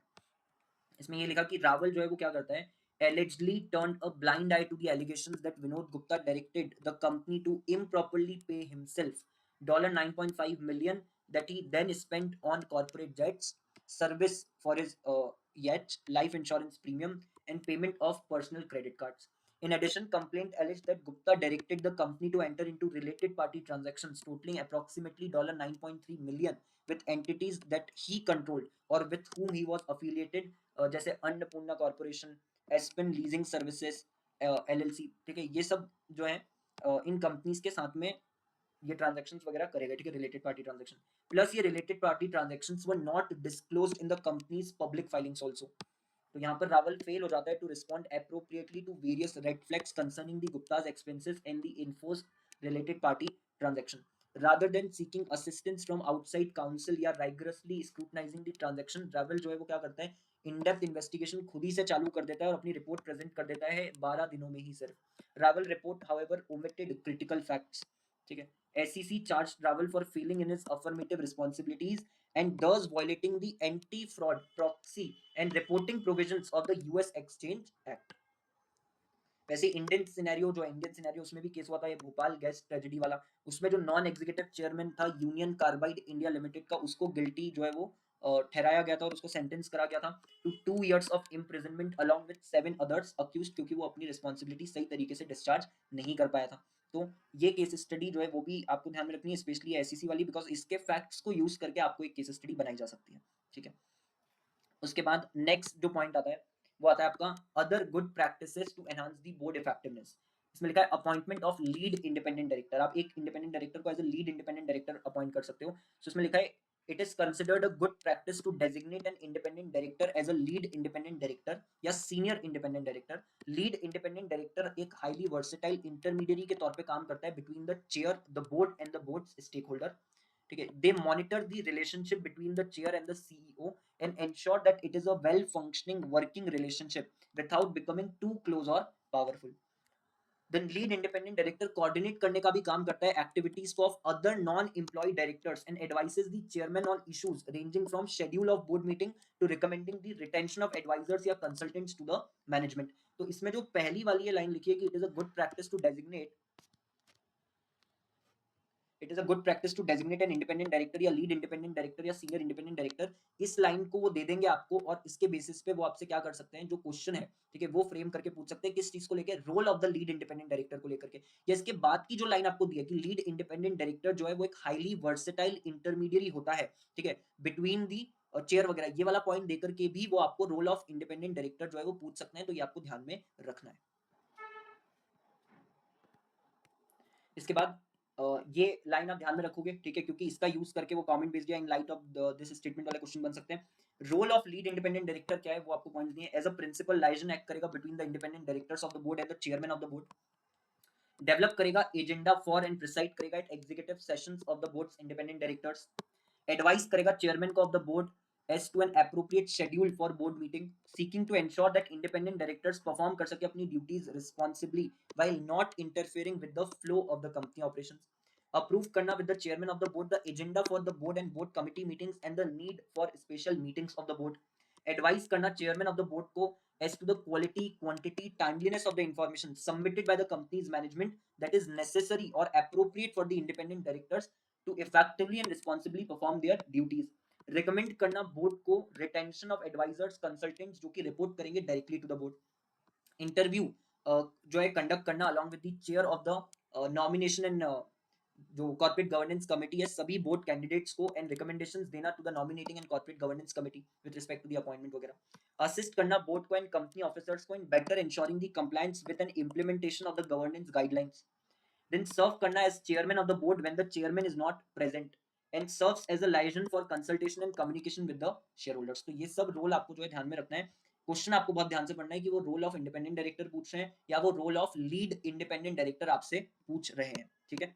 उसके बाद separation of role of chairman and chief executive officer, ये separation of role of chairman and chief executive officer, इसमें सबसे पहले लिखा है चेयरमैन के बारे में, इसमें लिखा है कि चेयरमैन क्रिएट करता है conditions for the overall board and individual director effectiveness, chairman को डेमोन्स्ट्रेट करना है highest standards of integrity and probity and clear expectation set करने हैं with respect to company's culture, values, behaviours and the style and tone of the board discussions, chairman जो है वो agenda set करेगा for the board deliberations, companies act 2013 जो है वो legally recognise नहीं करता है चेयरमैन को, they are elected by the board ठीक है and they are not bound to continue with the same chairman, ये आपको ध्यान रखना है कि बोर्ड इलेक्ट करता है, प्लस ऐसा नहीं है कि बोर्ड को सेम एक बार चेयरमैन इलेक्ट कर लिया तो उसी को रख करके रखना है, नहीं ठीक है, they are not bound to continue with the same chairman, chairman को चेंज करा जा सकता है for successive meetings, then chairman और chairperson is not a legal position लेकिन मोमेंटरी पोजीशन होती है इन मीटिंग्स ठीक है, then chairman is responsible for leadership of the board ensuring its effectiveness on all the aspects of its role and setting its agenda, chairman responsible है for ensuring कि directors जो हैं वो receive करे एक्यूरेट और timely plus clear information and chairman should ensure effective communication with the share holders ठीक है, proper communication हो शेयर होल्डर्स के साथ में, ये भी इंश्योर करने का काम किसका है, चेयरमैन का है। चेयरमैन का रोल जो है उसमें क्या क्या चीजें इंक्लूड है, एथिकल लीडरशिप डेमोन्स्ट्रेट करना, बोर्ड का एजेंडा सेट करना और इंश्योर करना timely flow of high quality supporting information, then chief executive officer, इसमें लिखा है कि चीफ एग्जीक्यूटिव ऑफिसर को बोर्ड अपॉइंट करता है based on the criterion of his capability and competence to manage the company effectively ठीक है, सीईओ का मतलब है officer of a company who has been designated as such bye, जिसको CEO के तौर पे हमने अपॉइंट करा है, इसकी मेन रिस्पॉन्सिबिलिटीज क्या है, developing and implementing high level strategies, second making major corporate decisions, managing the overall operations and resources of a company and acting as the main point of communication between the board of directors and the corporate operations, and last ultimately accountable होगा ये to the board for his actions ठीक है, तो ये सारे points आपको इसमें ध्यान रखने हैं, also CEO is supported and advised by a skill board ठीक है, ये भी आप इसमें ध्यान रख सकते हो इनकेस आपको नोट लिखने को आता है तो, देन सेपरेशन ऑफ रोल में लिखा है कि इट इज परसीव, अगर आप रोल सेपरेट कर दोगे चेयरमैन का और सीईओ का तो इससे क्या चीज इंक्रीज हो जाएगी, जो कंपनी के बोर्ड की इफेक्टिवनेस है वो इंक्रीज हो जाएगी ठीक है, बोर्ड जो है और जो चेयरमैन है इनका जॉब क्या होता है, मॉनिटर करना और इवेलुएट करना कंपनी के परफॉर्मेंस को ठीक है, वैसे ही सीईओ जो होता है सीईओ का काम क्या है, रिप्रेजेंट करना मैनेजमेंट टीम को, if the two roles are perform by the same person तो लेस अकाउंटेबिलिटी हो सकता है कि रहे, इसीलिए सेपरेट करने से ओवरऑल इफेक्टिवनेस बोर्ड की इंप्रूव हो सकती है क्योंकि अकाउंटेबिलिटी बढ़ जाएगी, clear demarcation of the roles and responsibilities of chairman of the board and that of managing director CEO promotes the balance of power, ठीक है। उसके बाद बेनिफिट्स क्या क्या होंगे, बेनिफिट्स में डायरेक्टर कम्युनिकेशन, ये डायरेक्टर कम्युनिकेशन की जगह डायरेक्ट कम्युनिकेशन होना चाहिए, बट ठीक है। Separate chairman provides a more effective channel for the board to express its views on management, ठीक है। अगर सीईओ रिप्रेजेंट करता है मैनेजमेंट को और एक ही व्यक्ति चेयरमैन भी है और सीईओ भी है, तो मैनेजमेंट को लेकर के जो भी कंसर्न्स वगैरह होंगे वो प्रॉपर्ली आप रिप्रेजेंट नहीं कर पाओगे, आप रख नहीं पाओगे उसके सामने, ठीक है। हिचकिचाहट जो होती है वो तो रहेगी रहेगी, क्योंकि यार वही सेम बंदा भी तो क्या कर रहा है, मैनेजमेंट को ही रिप्रेजेंट कर रहा है, because that person is acting as a CEO, ठीक है। तो सेपरेट कर देंगे जब, तो चेयरमैन के सामने एक कम्युनिकेशन चैनल ओपन हो जाएगा कि जो भी मैनेजमेंट को लेकर के कंसर्न है वो आसानी से कम्युनिकेट करे जा सके। इसका सेकंड पॉइंट जो है, ठीक है ना, ये जो है ये भी एक सेपरेट ही पॉइंट है, जिस जो बेनिफिट है, बेनिफिट सेकंड बेनिफिट है गाइडेंस, ठीक है। सेकंड बेनिफिट गाइडेंस है, इसका मतलब सेपरेट चेयरमैन प्रोवाइड कर सकता है सीईओ को with guidance and feedback on his और her performance. Then share holder interest, इसमें लिखा है चेयरमैन फोकस कर सकता है शेयर होल्डर के इंटरेस्ट पे while the CEO manages the company. Governance में सेपरेट चेयरमैन अलाउ करता है बोर्ड को to more effectively fulfil its regulatory requirements. Long term outlook में separating the position allows the chairman to focus on the long term strategy while the CEO focuses on short term profitability. And succession planning में separate chairman can more effectively concentrate on corporate succession plans, ठीक है। तो ये चीज आपको जो है ये बेनिफिट्स इसमें आपको रखने हैं, director communication, guidance, share holder interest, governance, long term outlook और succession planning. Provisions under companies act 2013 में लिखा है कि जो फर्स्ट प्रोवाइजो है टू सेक्शन 203 सबसेक्शन 1, ये प्रोवाइड करता है for the separation of role of chairman and CEO, ठीक है। इसमें लिखा है individual shall not be appointed या reappointed as the chairperson of the company in pursuance of the articles of the company as well as the managing director या CEO of the company at the same time पे आप एक व्यक्ति को chairperson और managing director या chairperson और CEO के तौर पे अपॉइंट नहीं कर सकते, ठीक है। जब तक कि articles of such company provide otherwise, अगर आर्टिकल में लिखा है कि कर सकते हैं तो आप कर सकते हो, कोई दिक्कत नहीं है। या company does not carry multiple business, और अगर आप मल्टीपल बिजनेस कैरी नहीं कर रहे हो तो भी आप कर सकते हो, ठीक है। अगला इसमें पॉइंट लिखा है, यानी इसका मतलब क्या हुआ कि अगर आप मल्टीपल बिजनेस कैरी करते हो, ठीक है, अगर आप मल्टीपल बिजनेस कैरी करते हो तो उस केस में, मल्टीपल बिजनेस अगर आप कैरी कर रहे हो उस केस में क्या होगा, उस केस में आप जो है, तो इसका मतलब क्या होगा कि अगर आप मल्टीपल बिजनेस, ठीक है, कैरी कर रहे हो, तो मल्टीपल बिजनेस अगर आप कैरी कर रहे हो उस केस में आप जो आपका चेयरपर्सन है, ठीक है, उसी को एज अ एमडी या सीईओ अपॉइंट नहीं कर सकते, ठीक है। जब कंपनी मल्टीपल बिजनेसेस कैरी नहीं कर रही है तब कर सकती है, बट जब मल्टीपल बिजनेसेस कैरी कर रही है, मल्टीपल बिजनेसेस है कंपनी के, तो एक ही व्यक्ति चेयरपर्सन और सीईओ या चेयरपर्सन और एमडी नहीं हो सकता, ये आपको ध्यान में रखना है। अब इसको लेकर के यहाँ पर एक प्रोवाइजो दिया हुआ है, ठीक है। इस प्रोवाइजो में क्या लिखा है, इस प्रोवाइजो में लिखा है कि ये जो अब ये फर्स्ट प्रोवाइजो जो हमने पढ़ा है, ठीक है, ये फर्स्ट प्रोवाइजो मतलब एक्सेप्शन दिया हुआ है, सॉरी, ठीक है। ये जो फर्स्ट प्रोवाइजो अभी हमने पढ़ा टू सेक्शन 203 सबसेक्शन 1, ये कब अप्लाई नहीं होगा, this proviso does not apply to public companies, ठीक है। ये उन पब्लिक कंपनीज पे अप्लाई नहीं होगा जिनका paid up share capital rupees 100 crore या उससे ज्यादा है, एंड जिनका एनुअल टर्नओवर 1000 करोड़ या उससे ज्यादा है। तो दोनों क्राइटेरिया पूरे होने चाहिए, ठीक है, दोनों criteria, paid up share capital वाला भी और टर्नओवर जो एनुअल टर्नओवर, दोनों क्राइटेरिया आपके पूरे होने चाहिए। पेड अप शेयर कैपिटल का जो उन्होंने क्राइटेरिया दिया है वो क्या है, 100 करोड़ या उससे ज्यादा, और एनुअल टर्नओवर कितना, 1000 या फिर उससे ज्यादा। तो अगर कोई पब्लिक कंपनी की बात हो रही है, देखो सर, ठीक है, इसको थोड़ा ध्यान से समझना, पब्लिक कंपनी की सिर्फ बात हो रही है, ऐसी कोई भी पब्लिक कंपनी जिसका पीयूएसई 100 करोड़ या उससे ज्यादा है, या फिर एनुअल टर्नओवर, या फिर नहीं, सॉरी, दोनों, ठीक है ना, दोनों चीजें। देखो जैसे मेरे से अभी ये गलती हुई है, आपसे भी हो सकती है एग्जाम में, ठीक है, कि आप एंड की जगह और लिख करके आ जाओ, तो ये गलती नहीं करनी है, ठीक है। आई होप कि अभी मैंने जो गलती करी है आपको उससे याद रहेगा कि यार हाँ, ये हमको यहाँ पर एंड लिखा हुआ है और नहीं लिखा है। Paid up share capital 100 crore और उससे ज्यादा है, एंड एनुअल टर्नओवर 1000 करोड़ या उससे ज्यादा है। और बात किसकी, पब्लिक कंपनी की, जो कि एंगेज्ड है किसमें, मल्टीपल बिजनेसेस में। देखो जब आप मल्टीपल बिजनेसेस में एंगेज्ड हो तब जो है आप अपॉइंटमेंट नहीं कर सकते, है ना, ये बात हमने कंक्लूड करी अभी अभी। लेकिन जब आप मल्टीपल बिजनेसेस कैरी कर रहे हो ना, तब भी आप क्या कर सकते हो, एक ही पर्सन को चेयरपर्सन और एमडी जो है वो बना सकते हो। कब आप ऐसा कर पाओगे, वो आपको इस पॉइंट के अंदर दिया है, तब आप कर पाओगे जब आप एक पब्लिक कंपनी हो जिसका पीयूएसई 100 करोड़ या उससे ज्यादा है, एंड एनुअल टर्नओवर 1000 करोड़ और उससे ज्यादा है, और आप मल्टीपल बिजनेसेस करते हो, and have appointed CEO for each such business. आपने हर एक बिजनेस के लिए अगर क्या करके रखा है, सीईओ को अपॉइंट करके रखा है, तो आप सेम पर्सन को, जो आपका चेयरपर्सन है, उसको एज अ एमडी क्या कर सकते हो, अपॉइंट कर सकते हो, ठीक है। ये आपको ध्यान रखना है। इस पर्पस के लिए जो ये पेड अप शेयर कैपिटल और एनुअल टर्नओवर हम देखेंगे, किसका देखेंगे, लेटेस्ट ऑडिटेड बैलेंस शीट के according. Latest audited balance sheet के अकॉर्डिंग जो है ये चीज देखी जाएगी, ये आपको ध्यान में रखना है। तो ये ओवरऑल प्रोवाइजो जो अभी आपने ऊपर पढ़ी कि अपॉइंट नहीं कर सकते हैं जब तक कि आर्टिकल्स में ना लिखा हो या जब तक कंपनी मल्टीपल बिजनेसेस कैरी नहीं कर रही है, ये कब अप्लाई नहीं होगा, ये उस पब्लिक कंपनी के लिए अप्लाई नहीं होगा जिसमें पीयूएससी 100 करोड़ उससे ज्यादा है एंड एनुअल टर्नओवर 1000 करोड़ उससे ज्यादा है। वो कंपनी मल्टीपल बिजनेसेस कैरी करती है, बट उस हर एक बिजनेस के लिए उसने क्या करके रखा है, सीईओ को अपॉइंट करके रखा है, ठीक है। और ये सब लिमिट्स आपको चेक करनी है लेटेस्ट ऑडिटेड बैलेंस शीट के अकॉर्डिंग।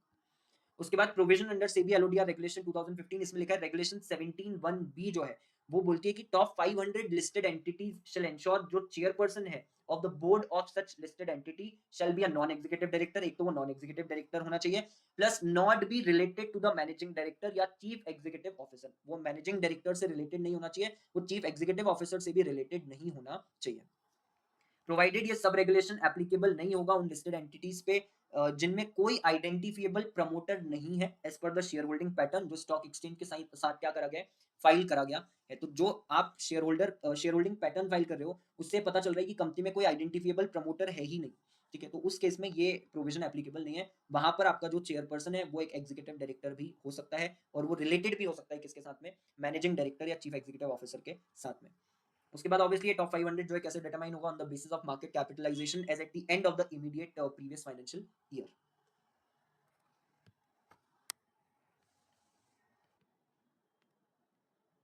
इसके बाद नेक्स्ट आपको दिया है सक्सेशन प्लानिंग। सक्सेशन प्लानिंग के अंदर आपको याद रखना है कि यार सक्सेशन प्लानिंग एक स्ट्रेटजी है जिसमें आप आइडेंटिफाई और डेवलप कर रहे हो फ्यूचर लीडर्स को। सक्सेशन प्लानिंग को यूज करा जाता है to address the inevitable changes जो कि कहाँ होकर हो सकते हैं, जब डायरेक्टर रिजाइन कर दे, रिटायर हो जाए या फिर डेथ हो जाए डायरेक्टर की।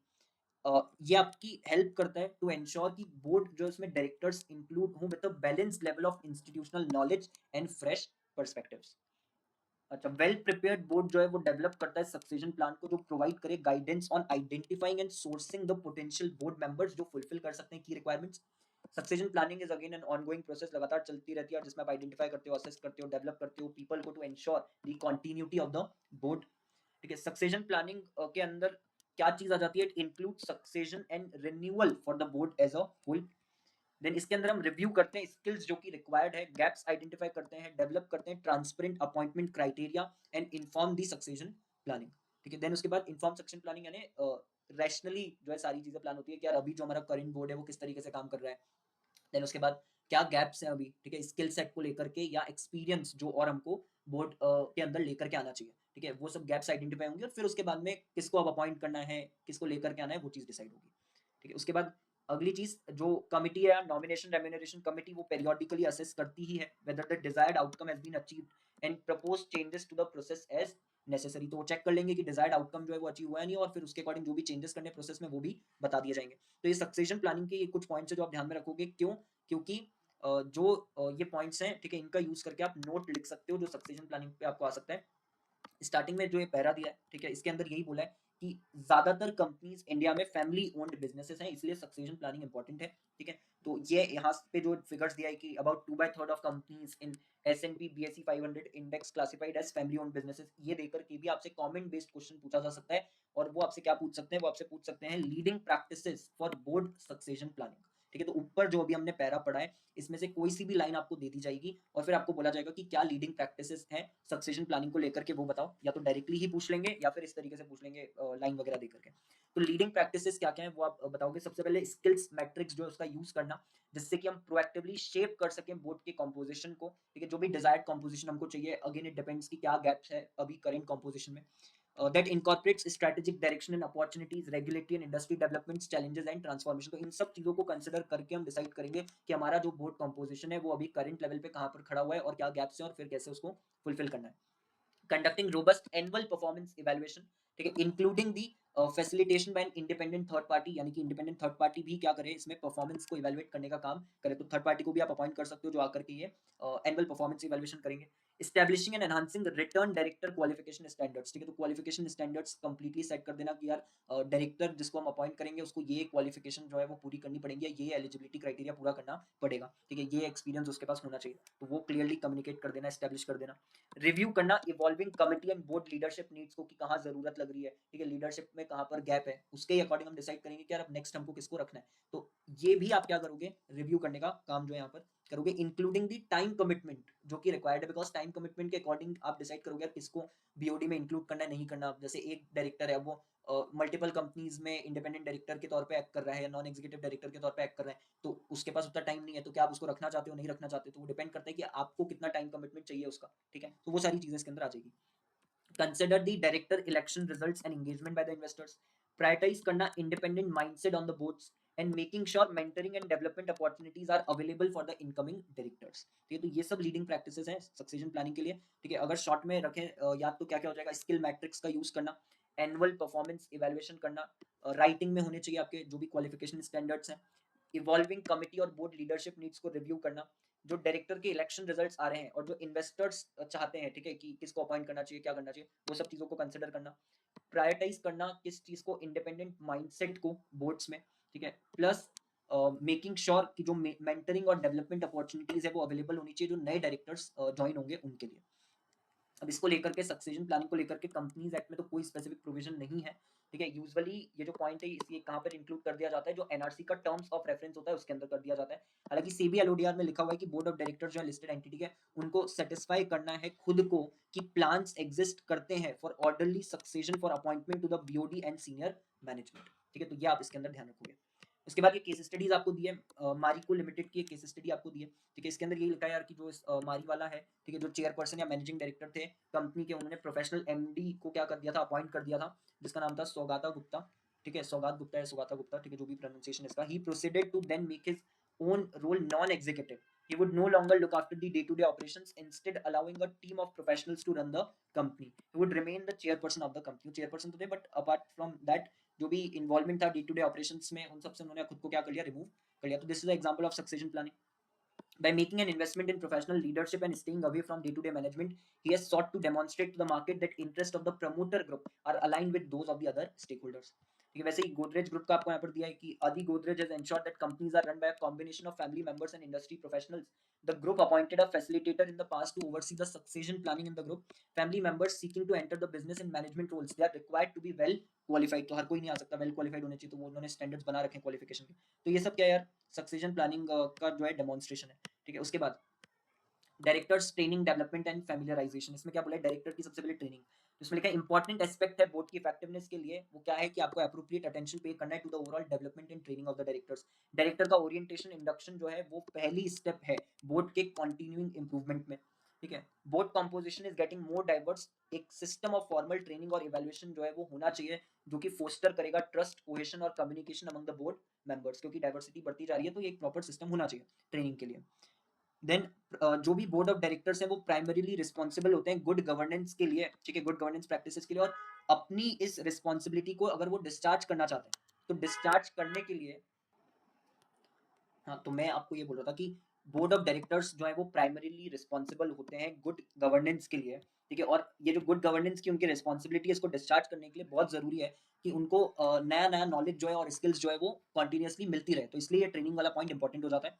प्लस ट्रेनिंग जो है इट शुड एनकम्पास बोथ, और थॉरो इंडक्शन प्रोग्राम भी होगा इसमें और ऑनगोइंग ट्रेनिंग और डेवलपमेंट अपॉर्चुनिटीज भी होगी बोर्ड मेंबर्स के लिए। Training should focus on improving the knowledge and skills of the board and जो भी इंडिविजुअल मेंबर्स या ओवरऑल बोर्ड परफॉर्मेंस है, ठीक है, ऑब्वियसली हमारा फोकस ये है कि वो कंटिन्यूअसली इंप्रूव होते जाए। Training should be required for each board member and compliance with the requirement used to assess the individual board member performance for reappointment to additional terms of board services। का मतलब क्या, इसका मतलब ये है कि पहली चीज तो यार ट्रेनिंग जो है ना ये सभी बोर्ड मेंबर के लिए होनी चाहिए, और दूसरी चीज जो परफॉर्मेंस हम इवेलुएट करेंगे उसमें एक सेट कर देंगे बेंचमार्क की, जो इसको पूरा करेगा उसी का सर्विस जो है वो कंटिन्यू करा जाएगा, अदरवाइज आपकी जो सर्विस है, ठीक है, उसको कंटिन्यू नहीं करा जाएगा। देन नेक्स्ट इसके अंदर आपको याद रखना है डायरेक्टर इंडक्शन। डायरेक्टर इंडक्शन में इंडक्शन प्रोसीजर जो है वो होना चाहिए to allow new directors to participate fully and actively in the board decision making at the earliest opportunity. To be effective new directors जो है उनको पता होना चाहिए किस चीज के बारे में, यार पूरी तरीके से कंपनी के बारे में सारी जानकारी उनको होनी चाहिए। तो ये उनको कंपनी के बारे में सारी जानकारी हो, इंडस्ट्री के बारे में सारी जानकारी हो, ठीक है, जिसमें कंपनी ऑपरेट कर रही है उसको प्रोवाइड करने के लिए, नॉलेज प्रोवाइड करने के लिए इंडक्शन जो है वो होना चाहिए नए डायरेक्टर्स का। इसमें हम क्या करते हैं, इसमें हम इंट्रोड्यूस करते हैं नए डायरेक्टर्स को to the people with whom they will be working and explaining कि कैसे बोर्ड जो है वो ऑपरेट करता है।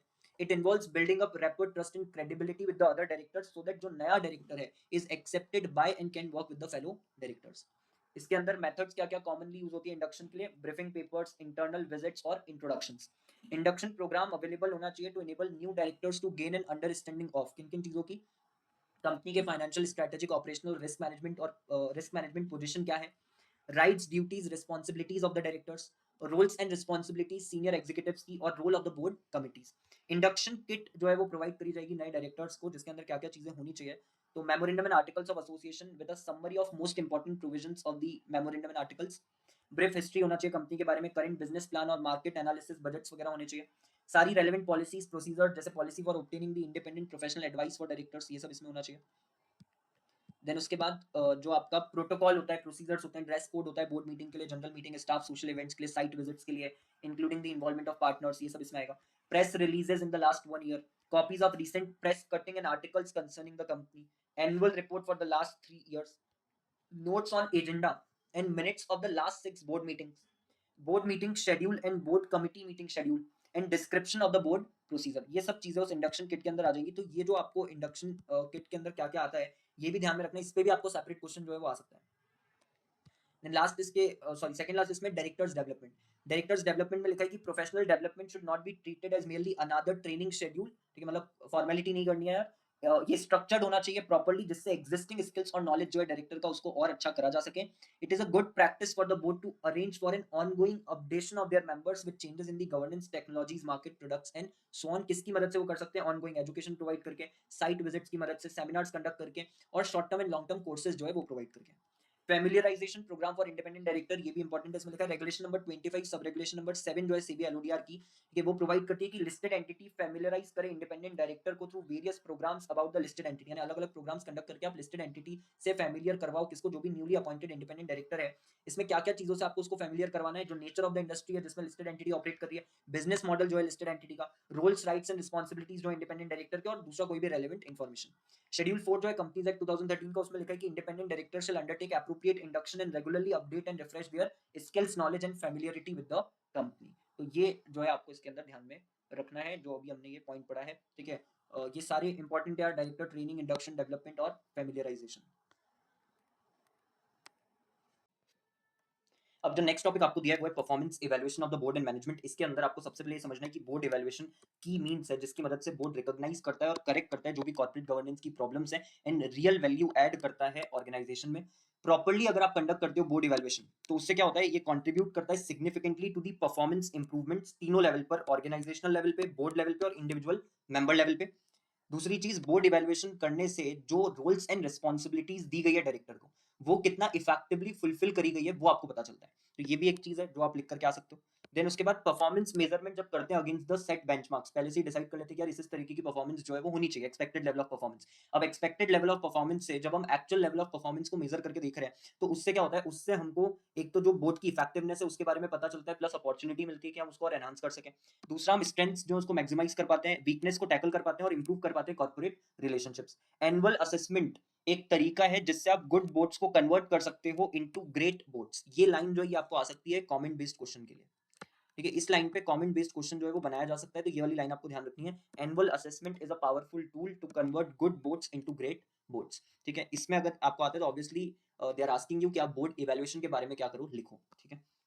उसके बाद और क्या क्या चीज होती है यार, it helps to identify the areas for potential adjustment, कहाँ एडजस्टमेंट करने की जरूरत है, and provides an opportunity to remind the directors of the importance of group dynamics and effective board and committee processes in fulfilling the board and committee responsibilities. तो सब लोग कैसा perform कर रहे हैं, ठीक है ना, उससे हर एक मेंबर को ये बात समझ में आएगी कि यार टीम वर्क के साथ हमको काम करना है, ठीक है। ग्रुप जो होता है, ग्रुप में किस तरीके से एक इंडिविजुअल ऑपरेट करता है वो उनको समझने का मौका मिलेगा, और वो जब वो समझ जाएंगे तो अपनी रिस्पॉन्सिबिलिटीज को और अच्छे से क्या कर पाएंगे, डिस्चार्ज कर पाएंगे।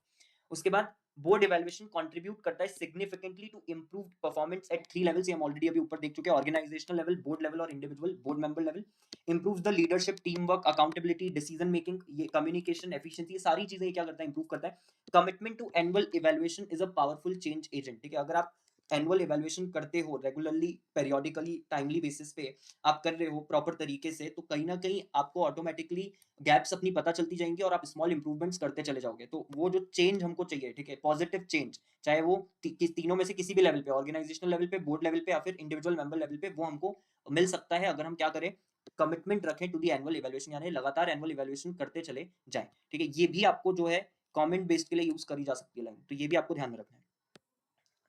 ये पढ़ लिया यार, टीम वर्क इंप्रूव करता है, मैक्सिमाइज करता है बोर्ड और डायरेक्टर का कंट्रीब्यूशन, ठीक है। उसके बाद ये रूल 8.4 आपको दिया है कंपनीज अकाउंट्स रूल्स 2014 का, जिसके अंदर ये लिखा है कि हर एक लिस्टेड कंपनी को, ठीक है, यहाँ लिस्टेड कंपनी लिखा है, लिस्टेड पब्लिक कंपनी नहीं लिखा, यहाँ पे क्या लिखा है, every listed company and every other public company having a paid up share capital of 25 crore rupees और more calculated at the end of the preceding financial year. कब का देना है ये हमको, जो end of the preceding financial year है तब का जो भी फिगर है वो हम देखेंगे। तो अगर वहां पर पीयूएसई जो है वो 25 करोड़ या उससे ज्यादा का है, उस केस में आपको क्या करना है, इंक्लूड करना है, ठीक है, बीओडी की जो रिपोर्ट होती है उसके अंदर एक स्टेटमेंट इंडिकेटिंग द मैनर जिसमें फॉर्मल एनुअल इवैल्यूएशन करा गया है, ठीक है, by the board of its own performance and that of its committees and individual directors, की किस तरीके से आपने परफॉर्मेंस इवैल्यूएशन करा, खुद की परफॉर्मेंस का भी, कमिटीज ने किस तरीके से काम करा है उसका भी, और इंडिविजुअल डायरेक्टर ने किस तरीके से काम करा है उसका भी। ये स्टेटमेंट आपको डालना पड़ेगा किसके अंदर, डायरेक्टर्स रिपोर्ट के अंदर, जो बीओडी की रिपोर्ट होती है उसके अंदर, ठीक है। किस किन कंपनीज के लिए है ये, every listed company and every other public company जिसका पीयूएसई 25 करोड़ या फिर उससे ज्यादा है, ये आप ध्यान रखोगे, इंपॉर्टेंट है। पर्पस क्या होता है बोर्ड इवैल्यूएशन का, ठीक है, पर्पस क्या है बोर्ड इवैल्यूएशन का, सबसे पहले परफॉर्मेंस इंप्रूव करना बोर्ड की, balance of skills knowledge and experience जो है वो असेस करना, चेक करना कि यार हमारा बोर्ड जो है वो बैलेंस्ड है या नहीं है in terms of knowledge skills and experience. Then identify करना एरियाज ऑफ कंसर्न को एंड एरियाज जिस पे फोकस करने की जरूरत है इंप्रूवमेंट के लिए। आइडेंटिफाई और क्रिएट करना awareness about the role of directors individually and collectively as board.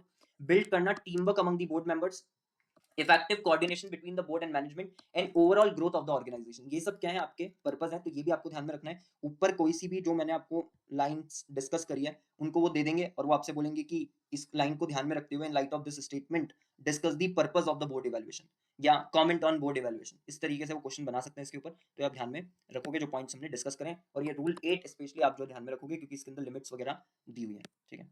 उसके बाद नेक्स्ट आता है मेन प्रोविजंस क्या है कंपनीज एक्ट में with respect to board evaluation. Board evaluation को लेकर के क्या क्या प्रोविजन है, तो सबसे पहले रोल किसका बताया है, जो नॉमिनेशन एंड रेम्यूनरेशन कमेटी होती है उसके रोल के बारे में बात करिए कि उसका क्या रोल होता है इवैल्यूएशन ऑफ डायरेक्टर के लिए। तो ये हमने पहले भी पढ़ा यार कि जो एनआरसी होती है वो आइडेंटिफाई करेगी पर्सन्स को जो कि क्वालिफाइड है to become the directors and जिनको अपॉइंट करा जा सकता है सीनियर मैनेजमेंट रिकमेंड करेंगे उनका अपॉइंटमेंट और रिमूवल, और manner for effective evaluation of performance. Review करेंगे कि ये सारी चीजें जो उन्होंने रिकमेंड करी है वो इंप्लीमेंट करी गई या नहीं करी गई, और अगर करी गई है तो किस एक्सटेंट तक करी गई है, ठीक है। उसके बाद independent directors role in performance evaluation of boards, non independent directors and chairperson. Independent director का क्या रोल होता है, तो लिखा independent directors are required to bring an objective view in the evaluation of the performance of board and management, ठीक है। Unbiased objective view वो लेकर के आएंगे ऑन द टेबल कि यार आप किस तरीके से काम कर रहे हो। दूसरी चीज, independent directors of the company को होल्ड करना at least one meeting in a financial year without the attendance of non independent directors and members of management. ये भी हम पहले पढ़ चुके हैं। जितने भी इंडिपेंडेंट डायरेक्टर्स हैं कंपनी के वो सबके सब कोशिश करेंगे कि वो इस मीटिंग में प्रेजेंट हो, और मीटिंग जो है, ठीक है, उसमें आप रिव्यू करोगे परफॉर्मेंस नॉन इंडिपेंडेंट डायरेक्टर्स की और बोर्ड की as a whole. Then review करी जाएगी परफॉर्मेंस चेयरपर्सन की of the company taking into account the views of executive director and non executive directors, and assess करा जाएगा quality quantity and timeliness of flow of information जो कि जरूरी है, ठीक है, जो भी एक्सचेंज हो रहा है इन्फॉर्मेशन का between the company management and the BOD, जो जरूरी है for the board to effectively and reasonably perform their duties. तो ये सारी चीजें जो है करी जाएगी। देन उसके बाद performance evaluation of independent directors. Independent director की परफॉर्मेंस का भी इवैल्यूएशन होगा, कौन करेगा, तो सबसे पहली चीज तो ये है कि जो बोर्ड है, ठीक है, वो करेगा, to be done by the entire board. इसमें से आप उन इंडिपेंडेंट डायरेक्टर्स को बाहर निकाल दो जिनकी की परफॉर्मेंस का आप इवैल्यूएशन कर रहे हो। दूसरी चीज, जो रीअपॉइंटमेंट होता है इंडिपेंडेंट डायरेक्टर्स का वो बेस्ड होगा on their report of performance evaluation. जो भी वो रिपोर्ट आएगी उनकी परफॉर्मेंस इवैल्यूएशन की, उसके बेसिस पे डिसाइड होगा कि उनको रीअपॉइंट करना है या नहीं करना। On the basis of the report of performance evaluation, the continuance or extension of the term of appointment of independent director would be determined. तो ये इसके अंदर आप याद रखोगे क्या क्या इंक्लूजन्स होंगे परफॉर्मेंस इवैल्यूएशन में इन बोर्ड्स रिपोर्ट। तो ये रूल 8.4 हमने ऑलरेडी पढ़ लिया अभी, ठीक है, कि आपको इंक्लूड करना पड़ेगा परफॉर्मेंस इवैल्यूएशन को लेकर के स्टेटमेंट बोर्ड रिपोर्ट में किन कंपनीज को करना होता है, जस्ट अभी हम ऊपर पढ़ के आए, वही है वापस से इन्होंने लिखा है। उसके बाद मेन प्रोविजन सेबी एलओडीआर के, ठीक है, with respect to board evaluation. इसके अंदर बोला है it also requires boards to conduct an annual performance evaluation and its disclosure in the annual report. तो एलओडीआर के अकॉर्डिंग भी आपको एनुअल परफॉर्मेंस इवैल्यूएशन करना पड़ता है और डिस्क्लोजर उसका देना पड़ता है एनुअल रिपोर्ट में थ्रू द फॉलोइंग प्रोविजन। सबसे पहले रेगुलेशन 4 टू एफ सेकंड, ठीक है, एफ सेकंड 9 जो स्टेट करता है की फंक्शंस ऑफ द बीओडी, इसमें इंक्लूडेड है monitoring and reviewing the board of directors evaluation framework, ठीक है। सो जो 4 टू एफ सेकंड 9 है आपका, उसके अंदर ये बात लिखी हुई है कि मॉनिटर और रिव्यू करना है बीओडी का जो इवैल्यूएशन फ्रेमवर्क है उसको कौन करेगा, जो भी बोर्ड ऑफ डायरेक्टर्स हैं। दूसरी चीज regulation 17 sub regulation 10 mandates that evaluation of independent directors shall be done by the entire board of directors, जिसमें इंक्लूड होंगे performance of the directors and fulfilment of the independent criteria जैसा कि specified है regulations में, and उनका independence from the management. ये दोनों चीजें जो है उसको उसके बेसिस पे देखा जाएगा कि किस तरीके का उनका परफॉर्मेंस है, ठीक है, इवेलुएट करी जाएगी उनकी performance. And in the above evaluation process जिन डायरेक्टर्स का इवैल्यूएशन हो रहा है वो ऑब्वियसली पार्टिसिपेट नहीं करेंगे, ठीक है। उसके बाद regulation number 19 sub regulation number 4, इसके अंदर लिखा है it provides the role of nomination and remuneration committee, ठीक है, ये आपका एलओडीआर के अकॉर्डिंग जो रोल है उसकी बात हो रही है। इसमें यही लिखा है क्राइटेरिया बनाएंगे for determining qualification positive attributes and independence of a director and recommend करेंगे बीओडी को policy relating to remuneration of the director KMP and other employees. Formulate करेंगे criteria for the evaluation of performance of independent directors and the board of directors. Policy बनाएंगे on diversity of board of directors. Identify करेंगे persons को जो कि qualified है to become directors and who may be appointed in senior management in accordance with the criteria जो बनाया गया है, एंड रिकमेंड करेंगे बोर्ड को उनका अपॉइंटमेंट एंड रिमूवल। देन ये डिसाइड करेंगे कि एक्सटेंड और कंटिन्यू करना या नहीं करना term of appointment of independent director on the basis of the report of performance evaluation of the independent directors, and recommend to the board all the remuneration in whatever form payable to the senior management. ये सारी चीजें जो इनके role में आ जाएगी, तो ये भी आपको याद रखना है, ये भी आपसे पूछा जा सकता है कि सेबी एलओडीआर के अकॉर्डिंग क्या रोल है एनआरसी का। Then disclosure on performance evaluation criteria for independent directors has to be made under the head nomination and remuneration committee in the section on corporate governance of the annual report। तो annual report का जो corporate governance वाला section है उसमें जो NRC वाला है उसके अंदर आपको परफॉर्मेंस इवैल्यूएशन क्राइटेरिया के बारे में क्या करना है, डिस्क्लोजर देना है, ठीक है। Board evaluation framework and parameters, अब इसके अंदर आपको ये बताया कि board should understand the framework under which board and committee evaluations are conducted and take steps to ensure evaluations are carried out effectively. सही तरीके से इवैल्यूएशन इसके लिए स्टेप्स वगैरह लेनी है, और वो फ्रेमवर्क जो है वो आपको समझ में भी आना चाहिए कि यार किस फ्रेमवर्क को यूज करके जो भी बोर्ड या कमिटी है उसके परफॉर्मेंस को इवैल्यूएट करा जा रहा है। अब बोर्ड इवैल्यूएशन जो है उसमें क्या क्या चीजें इंक्लूड होगी, तो board evaluation would generally include the following. सबसे पहले evaluation of the board as a whole, evaluation of committees, evaluation of individual directors जिसमें managing director, full time director, executive director आ गए, इंडिपेंडेंट डायरेक्टर आ गए, non executive directors आ गए, and evaluation of the chairperson. अब जब evaluation कर रहे हैं बोर्ड का एज अ होल, तो इसके अंदर performance of the board as a whole may be evaluated either from the reviews feedback of the directors themselves or by some external source, या तो डायरेक्टर से लेकर के या किसी एक्सटर्नल सोर्स से लेके। evaluation of the performance of the board is essentially an assessment of how the board has performed on following parameters which determines the effectiveness of boards। सबसे पहले बोर्ड का स्ट्रक्चर कैसा है, composition, constitution, diversity and that of its committees, competencies of the members, board and committee charters, frequency of meetings, procedure, ये सब देखेंगे इसके अंदर। डायनामिक्स एंड फंक्शनिंग कैसी है बोर्ड की, इसके अंदर हम एनुअल बोर्ड कैलेंडर देखेंगे, इन्फॉर्मेशन अवेलेबिलिटी देखेंगे, interactions and communication with CEO and senior executives, board agenda, cohesiveness and the quality of participation in board meetings, ये सब चीजें देखी जाएगी इस पॉइंट के अंदर। देन बिजनेस स्ट्रेटजी गवर्नेंस, इसमें बोर्ड का क्या रोल है कंपनी की स्ट्रेटजी में वो देखा जाएगा। financial reporting process, internal audit and internal control, integrity and the robustness of financial and other controls regarding abusive related party transaction, vigil mechanism and risk management, ये सारी चीजें इसके अंदर देखी जाएगी। मॉनिटरिंग रोल में monitoring of policies, strategy, implementation and system, ये किस तरीके से करता है बोर्ड, ये देखा जाएगा। सपोर्टिंग एंड एडवाइजरी रोल देखा जाएगा, एंड चेयरपर्सन का क्या रोल है वो देखा जाएगा। Then evaluation of the committees में बोर्ड रिस्पॉन्सिबल होता है for the evaluation of the performance of the committees of the board. Committees का जो परफॉर्मेंस है उसको इवैल्यूएट करा जा सकता है by the directors on the basis of terms of reference of the committee being evaluated, जो भी टर्म्स ऑफ रेफरेंस है क्या काम उनको करना था। अल्टरनेटिवली इवैल्यूएशन जो है वो एक्सटर्नली भी करवाया जा सकता है। Broad parameters of reviewing the performance of committees, किन किन पैरामीटर्स पे आप कमिटी की परफॉर्मेंस को रिव्यू करोगे वो आपको यहाँ पर दिया हुआ है। Discharge of its functions and duties as per its terms of reference के अकॉर्डिंग काम करा या नहीं करा।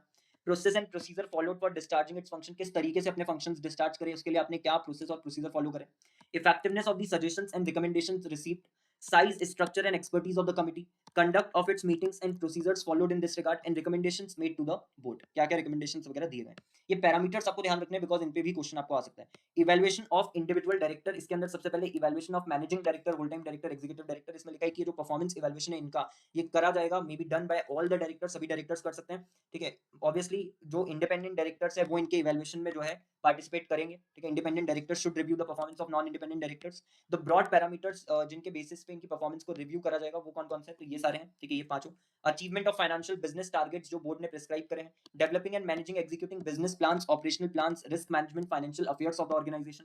Display of leadership qualities that is correctly anticipating the business trends, opportunities and priorities affecting the company's prosperity and operations. Development of policies, strategic plans जो कि aligned है vision और मिशन के साथ ऑफ द कंपनी एंड जो कि harmoniously balance करते हैं needs of shareholders, clients, employees and other stakeholders. ये करा या नहीं करा। एस्टेब्लिशमेंट जो करा गया इफेक्टिव ऑर्गेनाइजेशन स्ट्रक्चर का to ensure there is management focus on key function, जो कि जरूरी है फॉर द ऑर्गेनाइजेशन एंड वो अलाइंड है किसके साथ में, मिशन के साथ में। And managing the relationship with the board, management team, regulators, bankers, industry representatives and other stakeholders, उनके साथ में रिलेशनशिप किस तरीके से मैनेज करी है, इफेक्टिव ऑर्गेनाइजेशन स्ट्रक्चर स्टैब्लिश करा या नहीं करा, पॉलिसीज स्ट्रेटेजिक प्लान्स बनाया नहीं बनाया जो विजन और मिशन के साथ अलाइंड हो, बैलेंस करा या नहीं करा नीड्स को, डिस्प्ले करा या नहीं करा लीडरशिप क्वालिटीज, डेवलप करे या नहीं करे, मैनेज करे या नहीं करे जो भी बिजनेस प्लान है, ऑपरेशनल प्लान है, रिस्क मैनेजमेंट है, फाइनेंशियल अफेयर्स है, और अचीव करा या नहीं करा जो भी टारगेट्स वगैरह सेट करे गए थे। ये सारे पॉइंट्स इसके अंदर आपको ध्यान में रखने हैं। उसके बाद इवैल्यूएशन ऑफ इंडिपेंडेंट डायरेक्टर्स, इसके अंदर इंडिपेंडेंट डायरेक्टर्स का इवैल्यूएशन कौन करेगा, should be done by the entire board of directors excluding the directors जिनका आप इवैल्यूएशन कर रहे हो। मेजर फैक्टर्स इवैल्यूएशन के लिए क्या देखे जाएंगे, क्वालिटी ऑफ द इश्यूज जो कि रेस करे गए, डिस्कस करे गए और डिबेट करे गए at the meetings of the board and its committees by the independent directors. Then guidance provided by the board in the light of changing market conditions and their impact on the organisation, क्या guidance provide करी board ने according to the changes taking place in the market conditions and क्या उन market condition के changes का impact आया organisation के ऊपर। इन दोनों को कंसिडर करके क्या एडवाइस जो है, क्या गाइडेंस जो है वो बोर्ड को प्रोवाइड करी गई है और बोर्ड के द्वारा प्रोवाइड करी गई है बेसिकली। तो बोर्ड के द्वारा प्रोवाइड करी गई, इसका मतलब ये होगा कि यार इंडिपेंडेंट डायरेक्टर ने उसमें किस हद तक जो है कंट्रीब्यूट करा है। Then methodology adopted by the board to solve the issues, जो भी उनके पास जो है आए हैं उनके सामने रखे गए। And effectiveness of the directions provided by the board on the issues discussed in the meetings, जो डायरेक्शंस वगैरह दिए हैं बोर्ड ने कि इस तरीके से इस इशू को टैकल करा जा सकता है, वो डायरेक्शन कितना ज्यादा इफेक्टिव है। पैरामीटर्स जो है, ठीक है। अब अच्छा यहाँ पर आपको ध्यान क्या रखना है कि आपसे जब क्वेश्चन पूछेंगे तो आपको ध्यान रखना है whether they are asking you major factors for evaluation, ठीक है, when it comes to independent director का परफॉर्मेंस इवैल्यूएशन, इसमें वो आपसे फैक्टर्स अगर पूछते हैं तो आपको ये चारों लिख करके आने हैं, ठीक है। लेकिन अगर वो पैरामीटर्स पूछते हैं तो पैरामीटर्स अभी हम ये जो पढ़ेंगे ये आपको फिर लिख करके आने हैं। तो आपको ध्यान रखना है क्वेश्चन पढ़ते वक्त कि उन्होंने आपसे फैक्टर्स पूछे हैं या उन्होंने आपसे पैरामीटर्स पूछे हैं, ठीक है। पैरामीटर्स के अंदर क्या क्या चीजें आती है, exercise of objective independent judgement in the best interest of the company, ability to contribute and monitor the corporate governance practice, adherence to the code of conduct for independent directors, performance of the board against the benchmark performance set, overall value addition by the discussions taking place at the board meetings, regularity and quality of participation in the deliberations of the board and its committees, and answerability of the top management to the board on performance related matters। ये सारे जो है parameters इसमें आ जाएंगे। Then evaluation of non executive director, इसमें क्या लिखा है, in terms of code for independent directors, independent director on the board of the company evaluate करेंगे परफॉर्मेंस नॉन इंडिपेंडेंट डायरेक्टर की, which include non executive director. तो इनकी परफॉर्मेंस कौन इवैल्यूएट करेगा, इंडिपेंडेंट डायरेक्टर्स। ब्रॉड पैरामीटर्स जिनके बेसिस पे इनकी परफॉर्मेंस को रिव्यू करा जाएगा वो कौन कौन से हैं, सबसे पहला participation eight the board and committee meetings, commitment क्या दी इन्होंने, ठीक है, इंक्लूडिंग द गाइडेंस जो ये प्रोवाइड करते हैं सीनियर मैनेजमेंट को आउटसाइड द बोर्ड या कमिटी मीटिंग्स, उनका कमिटमेंट देखेंगे, उनका पार्टिसिपेशन है यानी बोर्ड कमिटी मीटिंग्स में पार्टिसिपेशन है तो कैसा पार्टिसिपेशन, एक्टिव पार्टिसिपेशन है, पैसिव पार्टिसिपेशन है, वो सारी चीजें आ जाएंगी। Effective deployment of knowledge and expertise, effective management of relationship with the stakeholders, integrity and maintaining confidentiality, independence of behavior and judgment, and impact and influence board के अंदर उनका कितना है, ये सारी चीजें देखी जाएंगी। Then evaluation of chairperson of the board, chairperson की परफॉर्मेंस कौन इवैल्यूएट करेगा, तो ये जो परफॉर्मेंस है ये भी बोर्ड ही इवैल्यूएट करेगा, ठीक है। सारे के सारे जो डायरेक्टर्स होंगे of the board of the company contribute in evaluating the performance of the chairperson. इसमें जो परफॉर्मेंस है चेयरपर्सन की वो लिंक्ड होती है to both the functioning of the entire board as well as the performance of each director. तो chairperson कैसा perform कर रहा है उससे आपको समझ में आ सकता है कि इंडिविजुअल मेंबर्स किस तरीके से परफॉर्म कर रहे हैं या फिर पूरा का पूरा बोर्ड किस तरीके से परफॉर्म कर रहा है, पहली चीज। और दूसरा ये कि पूरा बोर्ड जिस तरीके से परफॉर्म कर रहा है और इंडिविजुअल डायरेक्टर जिस तरीके से परफॉर्म कर रहे हैं उसके बेसिस पे आप ये पता कर सकते हो कि चेयरमैन कैसा परफॉर्म कर होगा। तो ये आपस में क्या है, लिंक्ड है, ठीक है। उसके बाद इसके अंदर हम क्या करेंगे, इसके अंदर हम जब परफॉर्मेंस इवैल्यूएशन करेंगे तो व्यूज लिए जाएंगे एग्जीक्यूटिव डायरेक्टर्स के भी और नॉन एग्जीक्यूटिव डायरेक्टर्स के भी। किन किन ब्रॉड पैरामीटर्स पे परफॉर्मेंस को रिव्यू करा जाएगा, managing the relationship with the members of the board and management, कैसे मैनेज कर रहा है चेयरपर्सन उस रिलेशनशिप को बोर्ड एंड मैनेजमेंट के बीच की। Demonstration of leadership qualities, relationship and communication within the board, providing ease of raising of issues and concerns by the board members, कितनी आसानी से वो लोग चेयरपर्सन को अप्रोच करके अपने इश्यूज को या कंसर्न्स को रेज कर सकते हैं, ये भी इसके अंदर आ जाएगा। Promoting constructive debate and effective decision making at the board, relationship and effectiveness of communication with the shareholder and other stakeholders, उनके साथ कैसे कम्युनिकेशन वगैरह है। Promoting shareholder confidence in the board and personal attributes जैसे integrity, honesty, knowledge, ये सब चीजें जो है देखी जाएंगी इवैल्यूएट जब करेंगे हम किसका परफॉर्मेंस, जो चेयरपर्सन है उसका परफॉर्मेंस।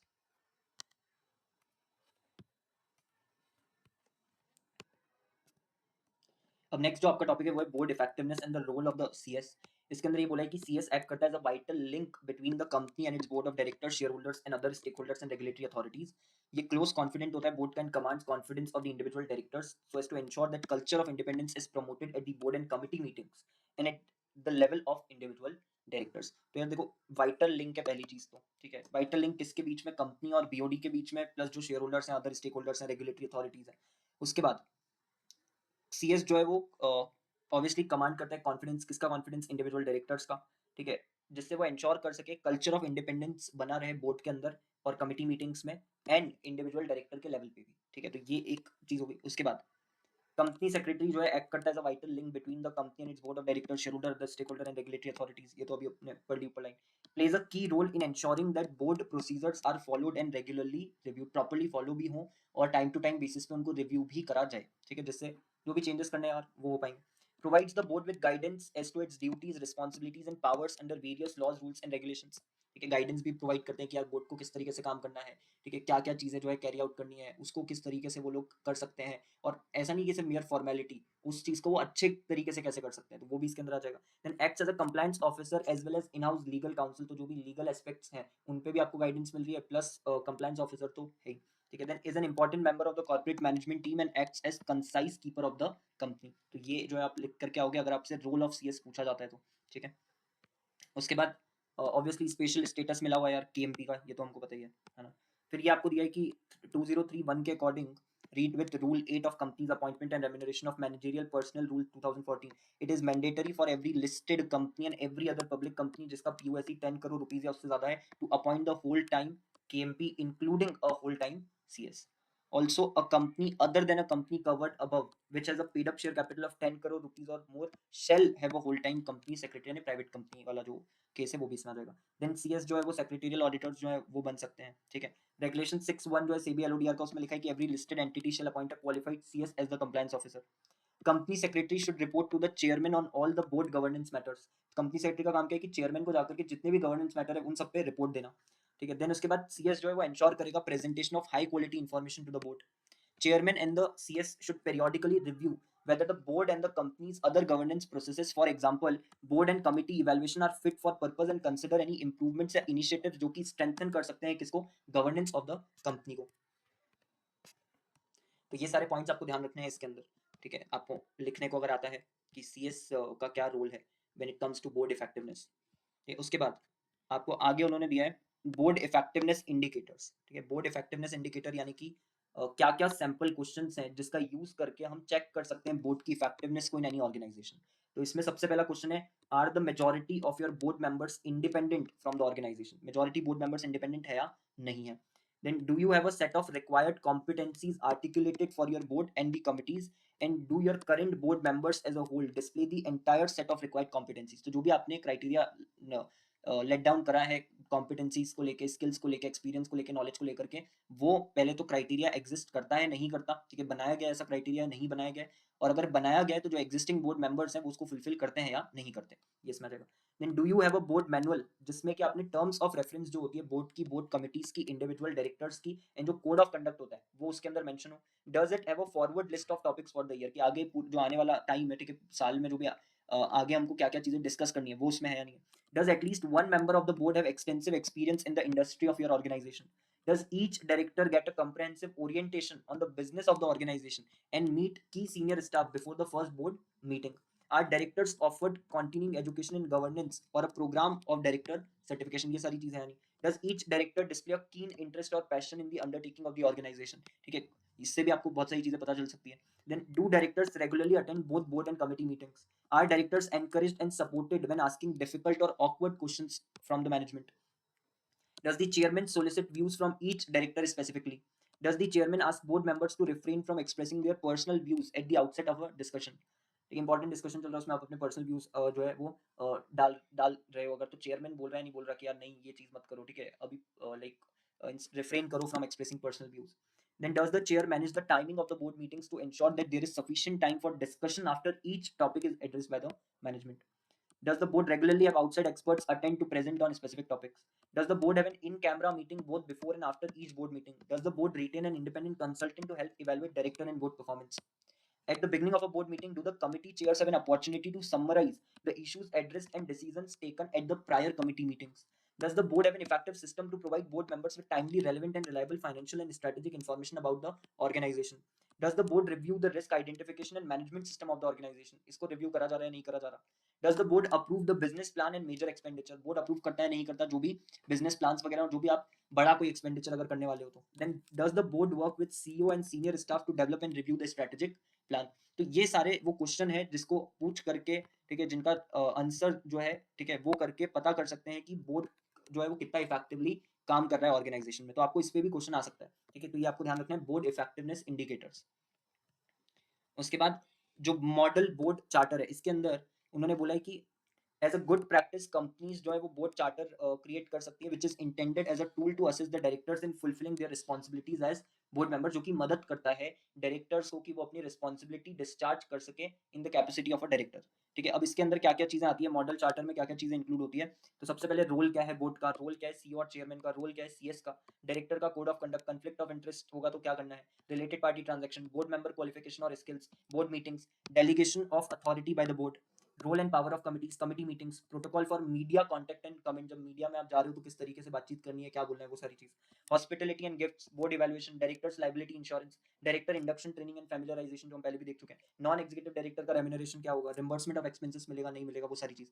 तो ये जो है ये मॉडल चार्टर के अंदर चीजें आती हैं. ये भी आपको ध्यान में रखना है. आपसे पूछा जा सकता है कि क्या कंपनी कर सकती है जिससे कि वो मदद कर सके जो भी डायरेक्टर्स हैं उनको उनकी रिस्पॉन्सिबिलिटी डिस्चार्ज करने में, तो वो मॉडल चार्टर क्रिएट कर सकते हैं. ठीक है, इसको to enable the directors in fulfilling their responsibilities. तो ये आप ध्यान रखोगे, ये भी दोनों इंपॉर्टेंट है.